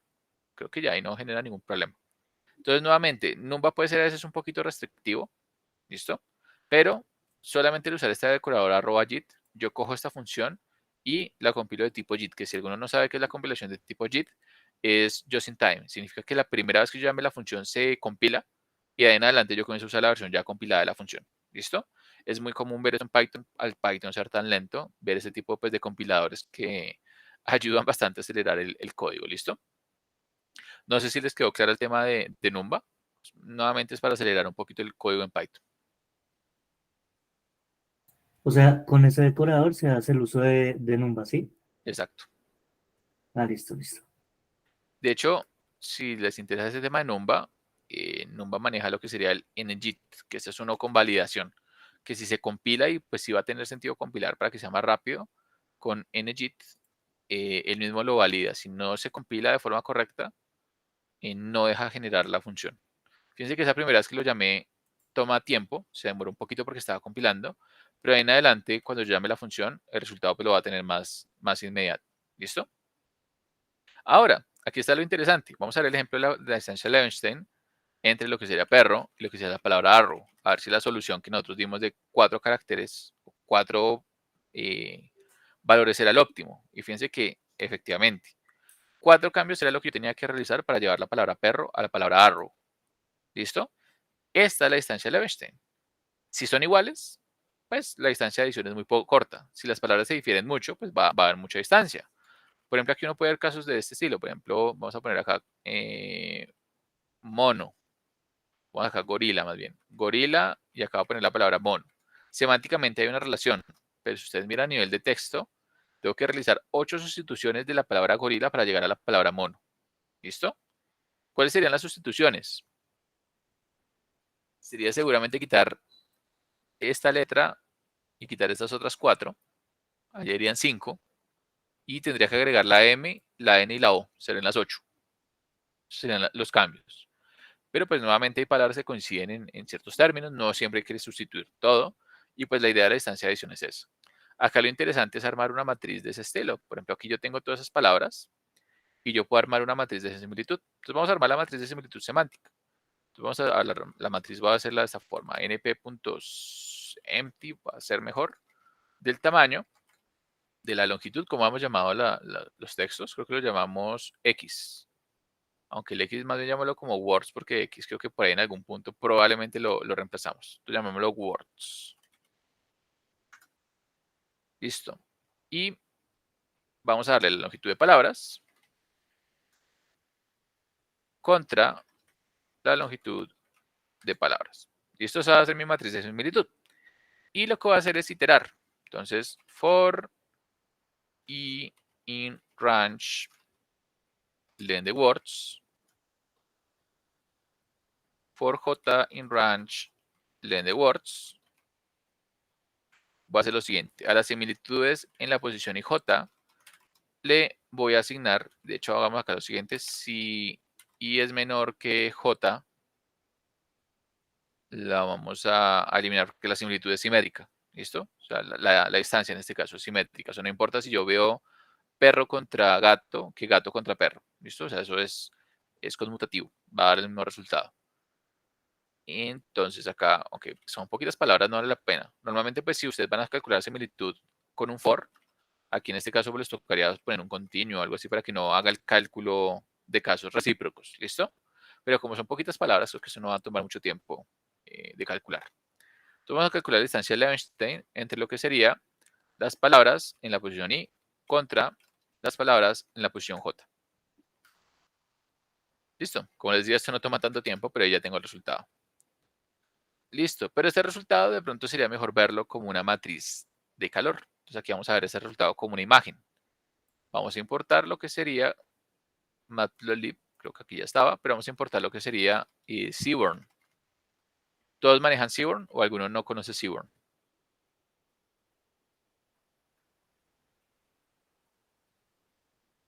Sí, ese sí ya lo conocemos. Listo. Entonces recuerden que es más para visualizaciones estadísticas, pero está montado sobre Matplotlib, que es lo bueno. Entonces vamos a hacer acá la visualización de esta matriz. Voy a crear acá un dataframe como pd.dataframe con data igual a las similitudes. Columnas van a ser igual a palabras y los index van a ser igual a palabras. Y ¿cómo? Les cito el dataframe con F mayúscula. Entonces, df. Y vamos a la gráfica. Voy a hacer acá un fico max, plt.subplots. Y luego hacemos un sns.heatmap de lo que sería el data frame. Y veamos hasta este punto cómo se ve. Se ve bastante bien. Yo creo que podemos aquí de pronto cambiarle el anode igual a true. Y si lo ponen, yo creo que se ve bastante bien. Hagamos la figura un poquito más grande. Fix size igual a 7×7. Y acá me falta ponerle ax igual a ax para que me tome el mismo eje de la figura. Y de pronto cambiamos el mapa de color. Se mapa, pongámosle un blues. Listo. Ahora, entre más azul oscuro sea, más similitud textual hay. Entonces aquí es importante saber, según la distancia de Levenshtein, nuevamente distancia de Levenshtein, entre más baja sea la distancia de Levenshtein, más parecidas son las palabras. ¿Listo? Entonces, entre más blanco sea, es el que se parece más. Entonces, si ustedes miran, aunque me quedó como muy largo, ¿no? Digámoslo acá de 6×7. Era el otro de 7×6.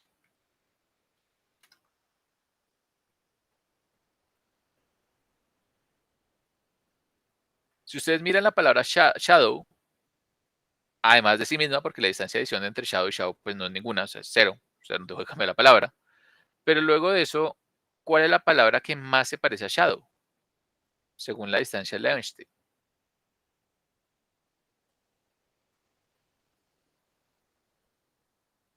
Eh, Sería shallow, ¿no? Que tiene una distancia de 3. Listo. Y acá es donde uno comienza a ver ese tipo de cosas. Por ejemplo, four se parece bastante a four, a foul. ¿Listo?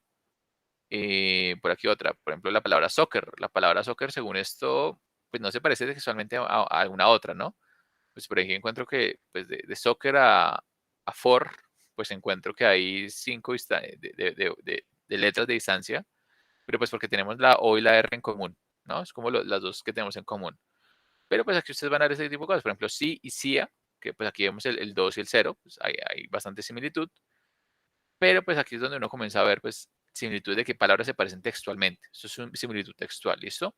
Y es bastante interesante pues entenderlo. Esto es un tipo de similitud que puede servir bastante para algunos problemas. Por ejemplo, para un corrector de ortografía.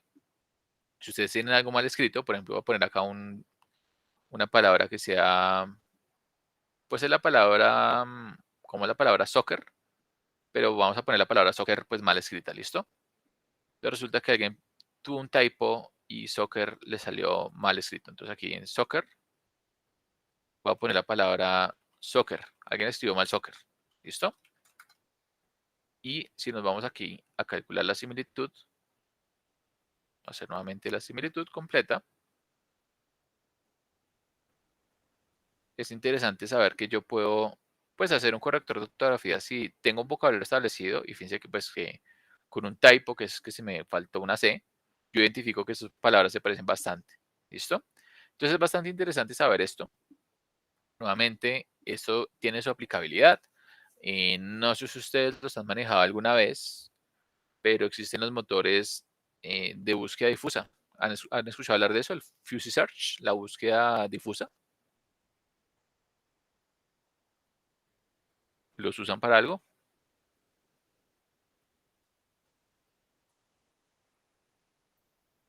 ¿O ni idea de la búsqueda difusa? no, por mi lado, no, no, señor. Deberían usarlo. Es bastante útil. Por ejemplo, aquí en Linux hay una herramienta llamada FZF. Se la recomiendo bastante. Listo, permítanme acá yo un poquito de zoom. FZF. ¿Listo? ¿Qué me permite hacer FZF? Cosas de ese estilo. No sé si ustedes de pronto recuerdan cómo es la búsqueda inversa de comandos en Linux. Por ejemplo, yo puedo poner acá un comando, no sé, como echo hello world. Listo, ahí puse ese comando de Linux. Con control R yo puedo buscar algún comando similar. Y fíjense que aquí tengo un montón de comandos anteriores de lo que yo he ejecutado. Pero que me da la búsqueda difusa. Que yo pongo textos, por ejemplo, HW. No sé si puedan ver que él se parece más a ese. Voy a buscar otro. Por ejemplo, puede ser este de acá. Sudo imac no sé qué. Pero voy a poner las palabras clave. Entonces, S o su, M, menos menos. Si quisiera ponerlo, pero fíjense que ya el resultado saca al inicio. Porque se hace una búsqueda difusa. ¿Listo? Entonces, fíjense que esta herramienta de FZF para buscar comandos históricos sirve bastante. ¿Listo? Sirve muchísimo. También FZF les sirve para moverse por directorios, como poner algunas siglas y moverse. E inclusive desde muchos editores lo pueden hacer. Por ejemplo, voy a abrir acá un editor. Bueno, de hecho, esta misma herramienta también busca una búsqueda difusa. Eso se llama Rofi. No sé si la han conocido. Es prácticamente un launcher y también un ejecutor de código y permite moverse entre ventanas. Pero, por ejemplo, yo podría decirle como, bueno, muévame a una ventana o darle window o cualquier comando de estos. Fíjense que yo, por ejemplo, tengo aquí un navegador, Firefox, password, lo que yo quiera. Si yo quiero, por ejemplo, una password, puedo darle algo que se parezca, SW, y fíjense que él lo encuentra. O pues de forma difusa, por ejemplo, PD o cualquier cosa similar. Pero aquí lo interesante, pues voy a abrir un editor. Porque esa búsqueda difusa, pues nuevamente es un algoritmo que está por todo lado y toda la distancia de Levenshtein.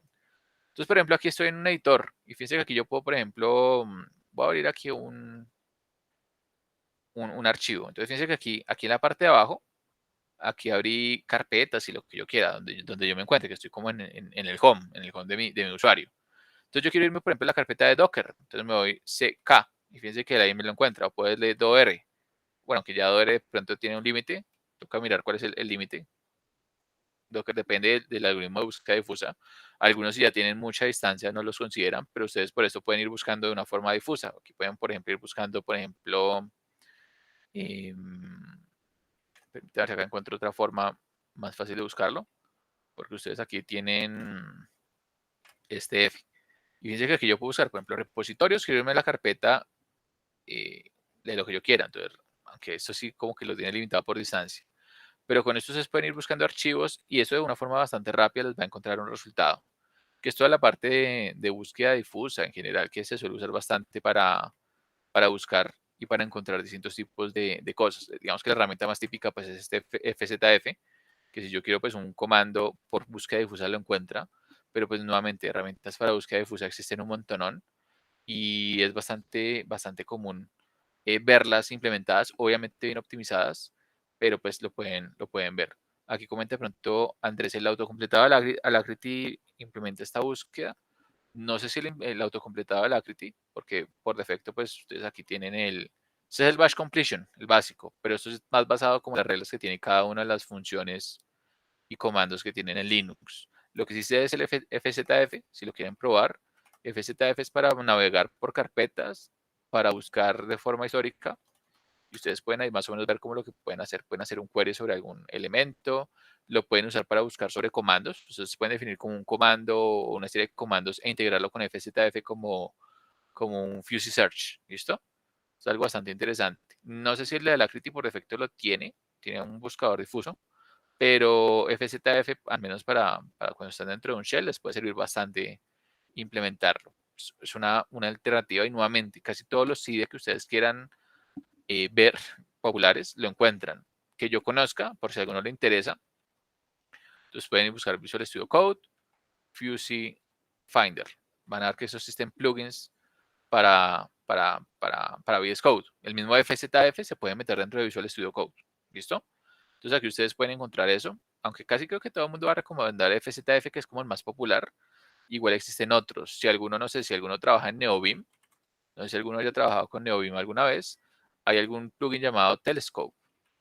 Telescope es un Fuzzy Finder, ¿listo? Es como FZF, pero pues escrito sobre Lua. Es como algo que tienen ahí implementado. Si alguno trabaja con Emacs, en Emacs se encuentran Ivy. Ivy es también aunque eso es más la herramienta de autocompletado, pero por aquí van a ver que existen cosas que es ya, pues como la búsqueda difusa y van a ver que eso pues tiene varias alternativas. Nuevamente, el Fuzzy Search está en todo lado, aunque uno no lo quiera ver. De hecho, si ustedes van y tratan de buscar una base de datos, en MongoDB también está el Fuzzy Search. Ustedes pueden buscarlo en una base de datos. Entonces, en una base de datos, MongoDB, Fuzzy Search. Van a ver que esto pues permite cuando ustedes hacen búsqueda sobre texto en MongoDB, se permite buscar con Fuzzy Search. Entonces, nuevamente, Este Fuzzy Search está por todo lado. Librerías para Fuzzy Search también hay varias. Por ejemplo, ustedes pueden encontrar en Python el Fuzzy Wuzzy, se llamaba, creo que Fuzzy Wuzzy, sí.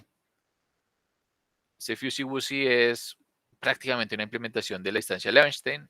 Es un buscador de basado en la instancia Levenstein para búsquedas difusas. Y nuevamente, casi en todos los lenguajes de programación van a dar una implementación. Acá, pues nuevamente, por si alguno quiere profundizar, obviamente, pues yo entiendo que no es propiamente un curso de algoritmo, pero si alguno quiere profundizar un poquito más en cómo funcionan esas herramientas por detrás, aquí hay una solución. Creo que esta igual no es la solución más óptima, es una solución de programación dinámica. Seguramente si la implementan en C o usan Python puede ser un poquito más rápida, pero pues nuevamente tiene mucho detalle técnico, ¿listo? Aquí pues tenemos una solución sencilla, pero pues también hay distintas librerías que lo hacen, ¿listo? No sé si hasta acá está todo claro.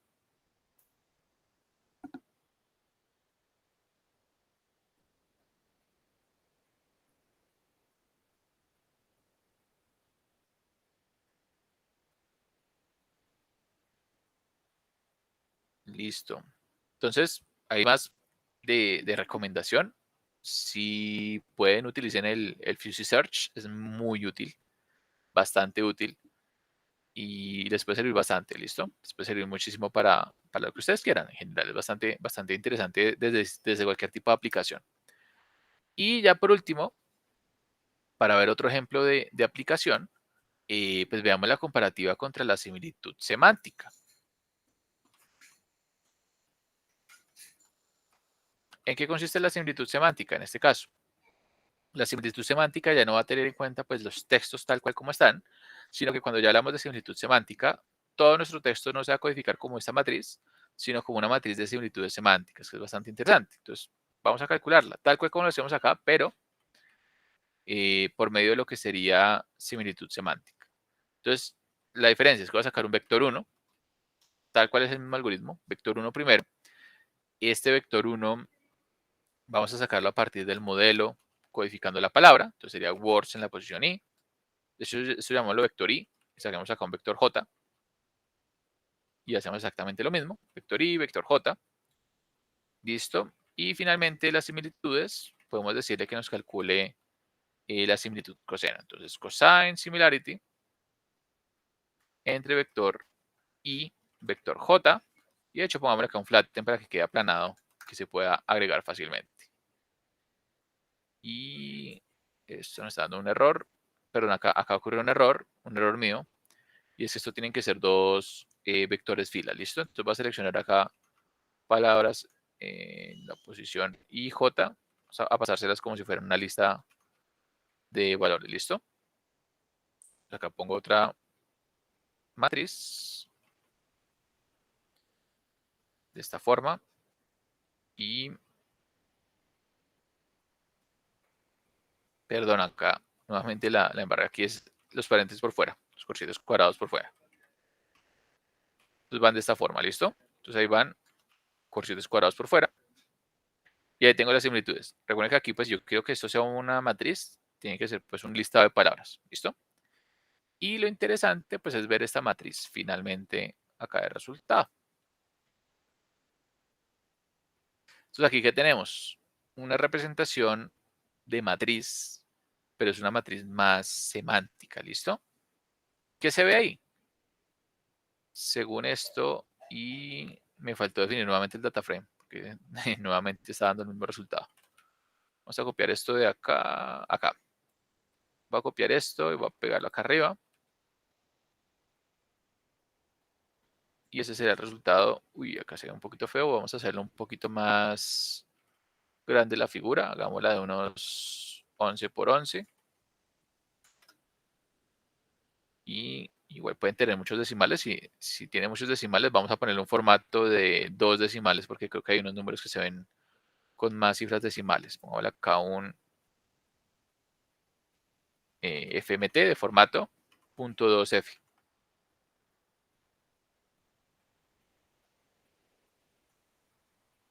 Listo. Ahora, quitarle un poquito el zoom. Y no sé si ustedes ahí alcancen aún a ver las palabras.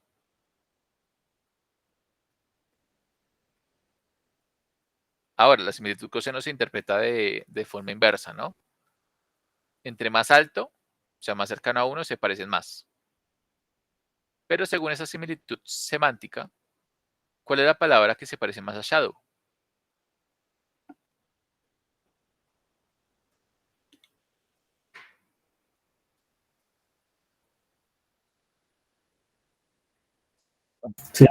Dark. Sería dark, ¿no? Oscuridad.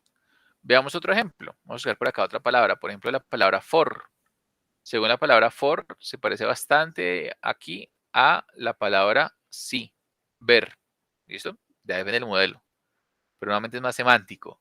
Entonces aquí yo puedo buscar otras palabras que se parezcan bastante. Por ejemplo, soccer, según esto.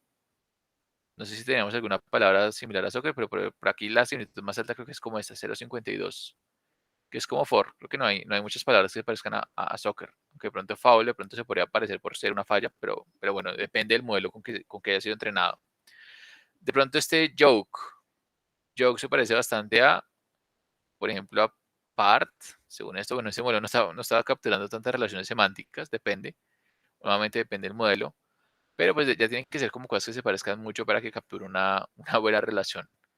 Aunque pues en los modelos más recientes de embeddings creo que igual sí puede funcionar un poquito mejor este asunto.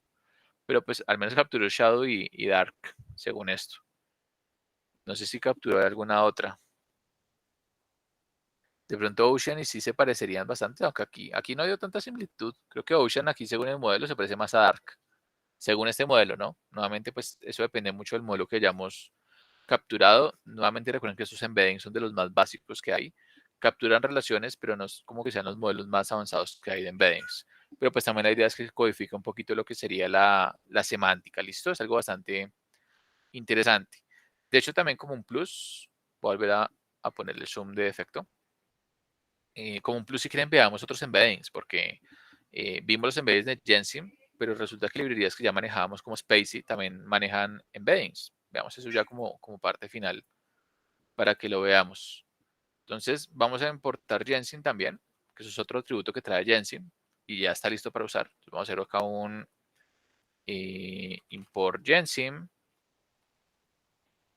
y vamos aquí a descargar el modelo, o en el pipeline en ese caso. Entonces gensim.clip.download.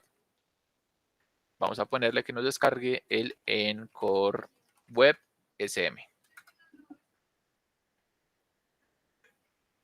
Gensim, ¿no era CLI? Se me olvidó. Gensim.download creo que es directamente. Qué raro que no. Ah, perdón, yo importé fue Gensim. Era Spacey. Me confundí bastante. Y vamos a lo siguiente. Vamos acá. Import Spacey. Me enredo un poquito. Listo. Spacey.clip.download. Y vamos a poner a descargar el Encore News o Web Small. Listo. Podemos cargar un medium. En teoría, entre más grande funciona un poquito mejor.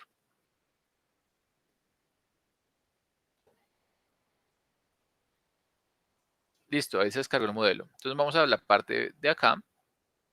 Y también es bueno pues que veamos cómo se destaca un vector. Esto es bastante interesante.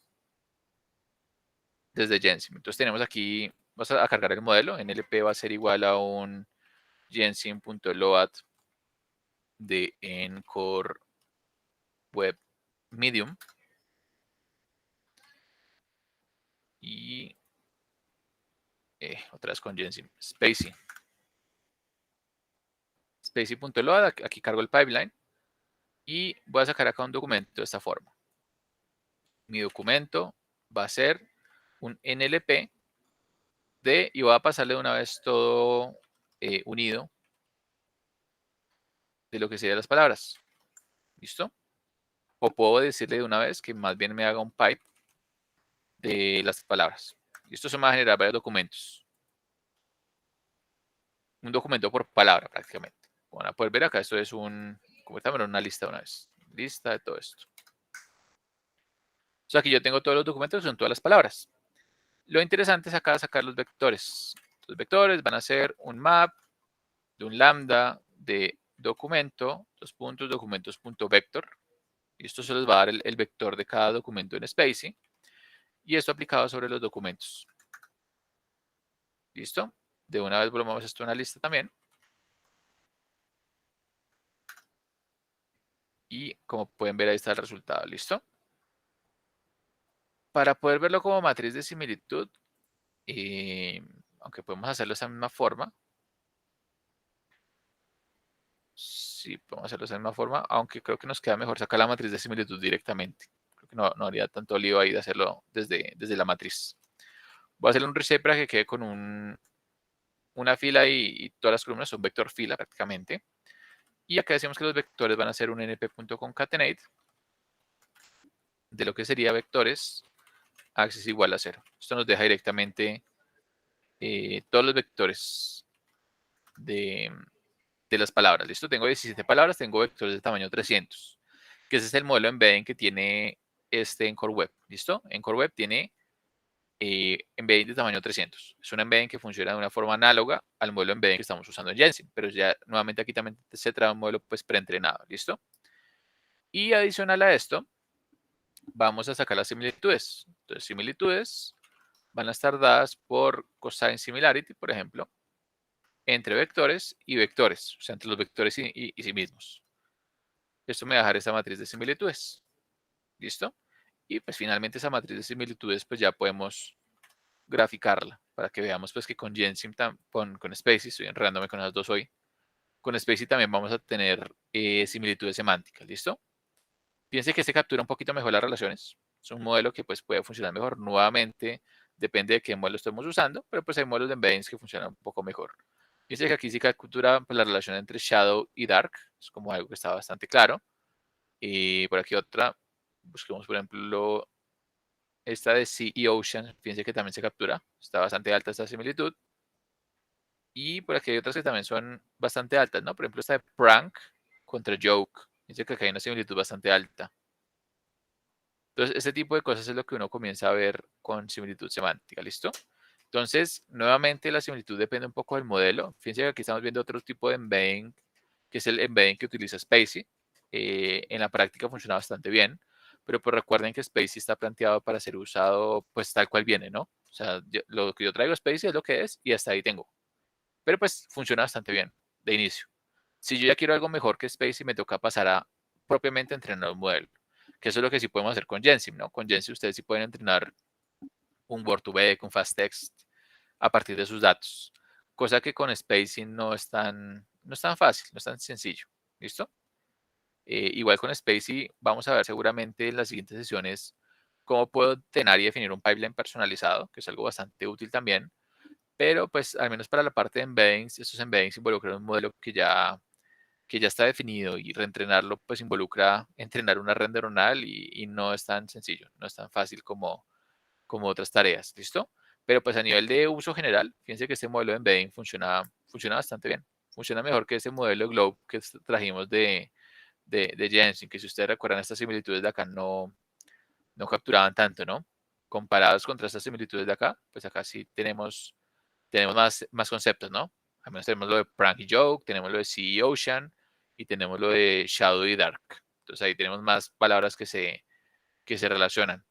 Fíjense que hay palabras como soccer que no están en el vocabulario, entonces esto no se representa. ¿Listo? Pero pues ahí vemos más o menos las relaciones, que es algo bastante interesante. Y de hecho también interesante este soccer, que si ustedes lo miran en su valor, o sea, contra los que están acá, la más alta sí tiene que ver contra o foul o foul, que foul seguramente es por el número de goles que se hayan hecho en un partido y foul es como la falta, ¿no? Entonces es como lo que más tiene relación dentro de todo las otras palabras, que otras similitudes pues dan negativas o que no tienen nada que ver. Entonces pues es bastante interesante pues ver este tipo de similitudes, ¿listo? Entonces es bastante chévere ver esto. Nuevamente esos modelos semánticos tienen bastante utilidad. Seguramente si ustedes le pasan un modelo, esos resultados semánticos van a ver que el resultado es bastante útil, bastante chévere. Y esto es muy la base de cómo más adelante vamos a comenzar a ver que funcionan los transformers. ¿Listo? Esto es como el pilar más básico de un transformer, pero pues igual los transformers tienen más cosas que se adicionan sobre esto y pues puede llegar a funcionar un poquito pues mejor, ¿no? No sé si les quedó alguna pregunta de los embeddings de forma general.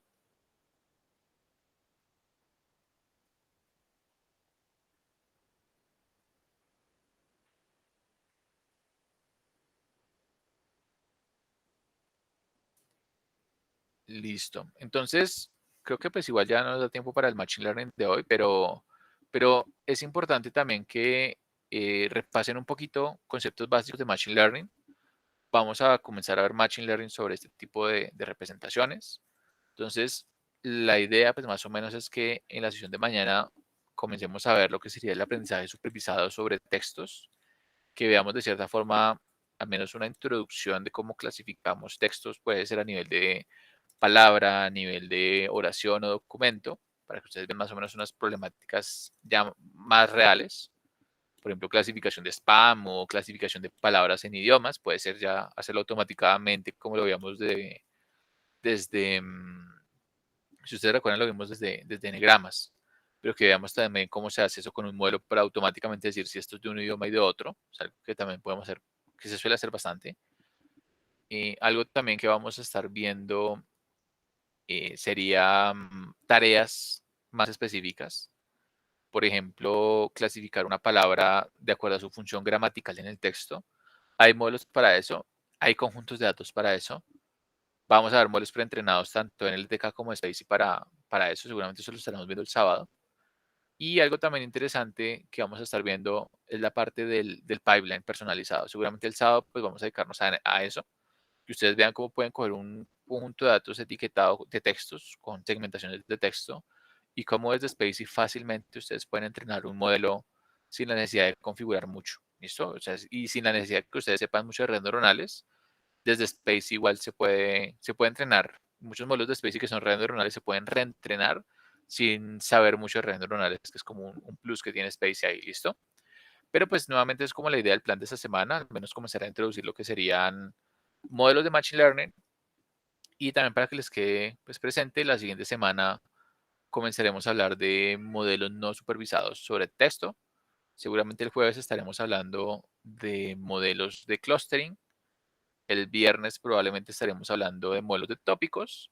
Y ya pues en la sesión del sábado seguramente estaremos ya casi que cerrando con los últimos modelos que podamos ir viendo pues de ahí, ¿listo? Y pues ya ahí nos quedaría cuadrar la sesión de la reposición que tenemos pendiente.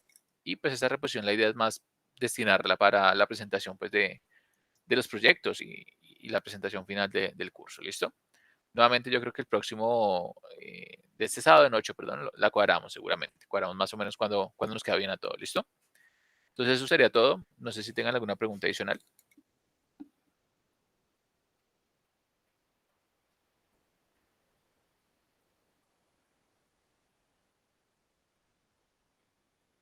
No, no, señor. Listo. Entonces cualquier cosa quedo atento y si tienen cualquier duda pues me van comentando, ¿listo? Entonces que tengan una buena noche y nos vemos. Profe, Sí, yo sí tengo una pregunta, pero es de un proyecto. No sé si sí, si quieren nos quedamos lo acá podemos revisar. unos minutos sin problema. Listo. Listo. Entonces para los demás, cualquier cosa quedo atento y nos vemos mañana. Que estén bien. Vale, gracias. Hasta luego. Gracias.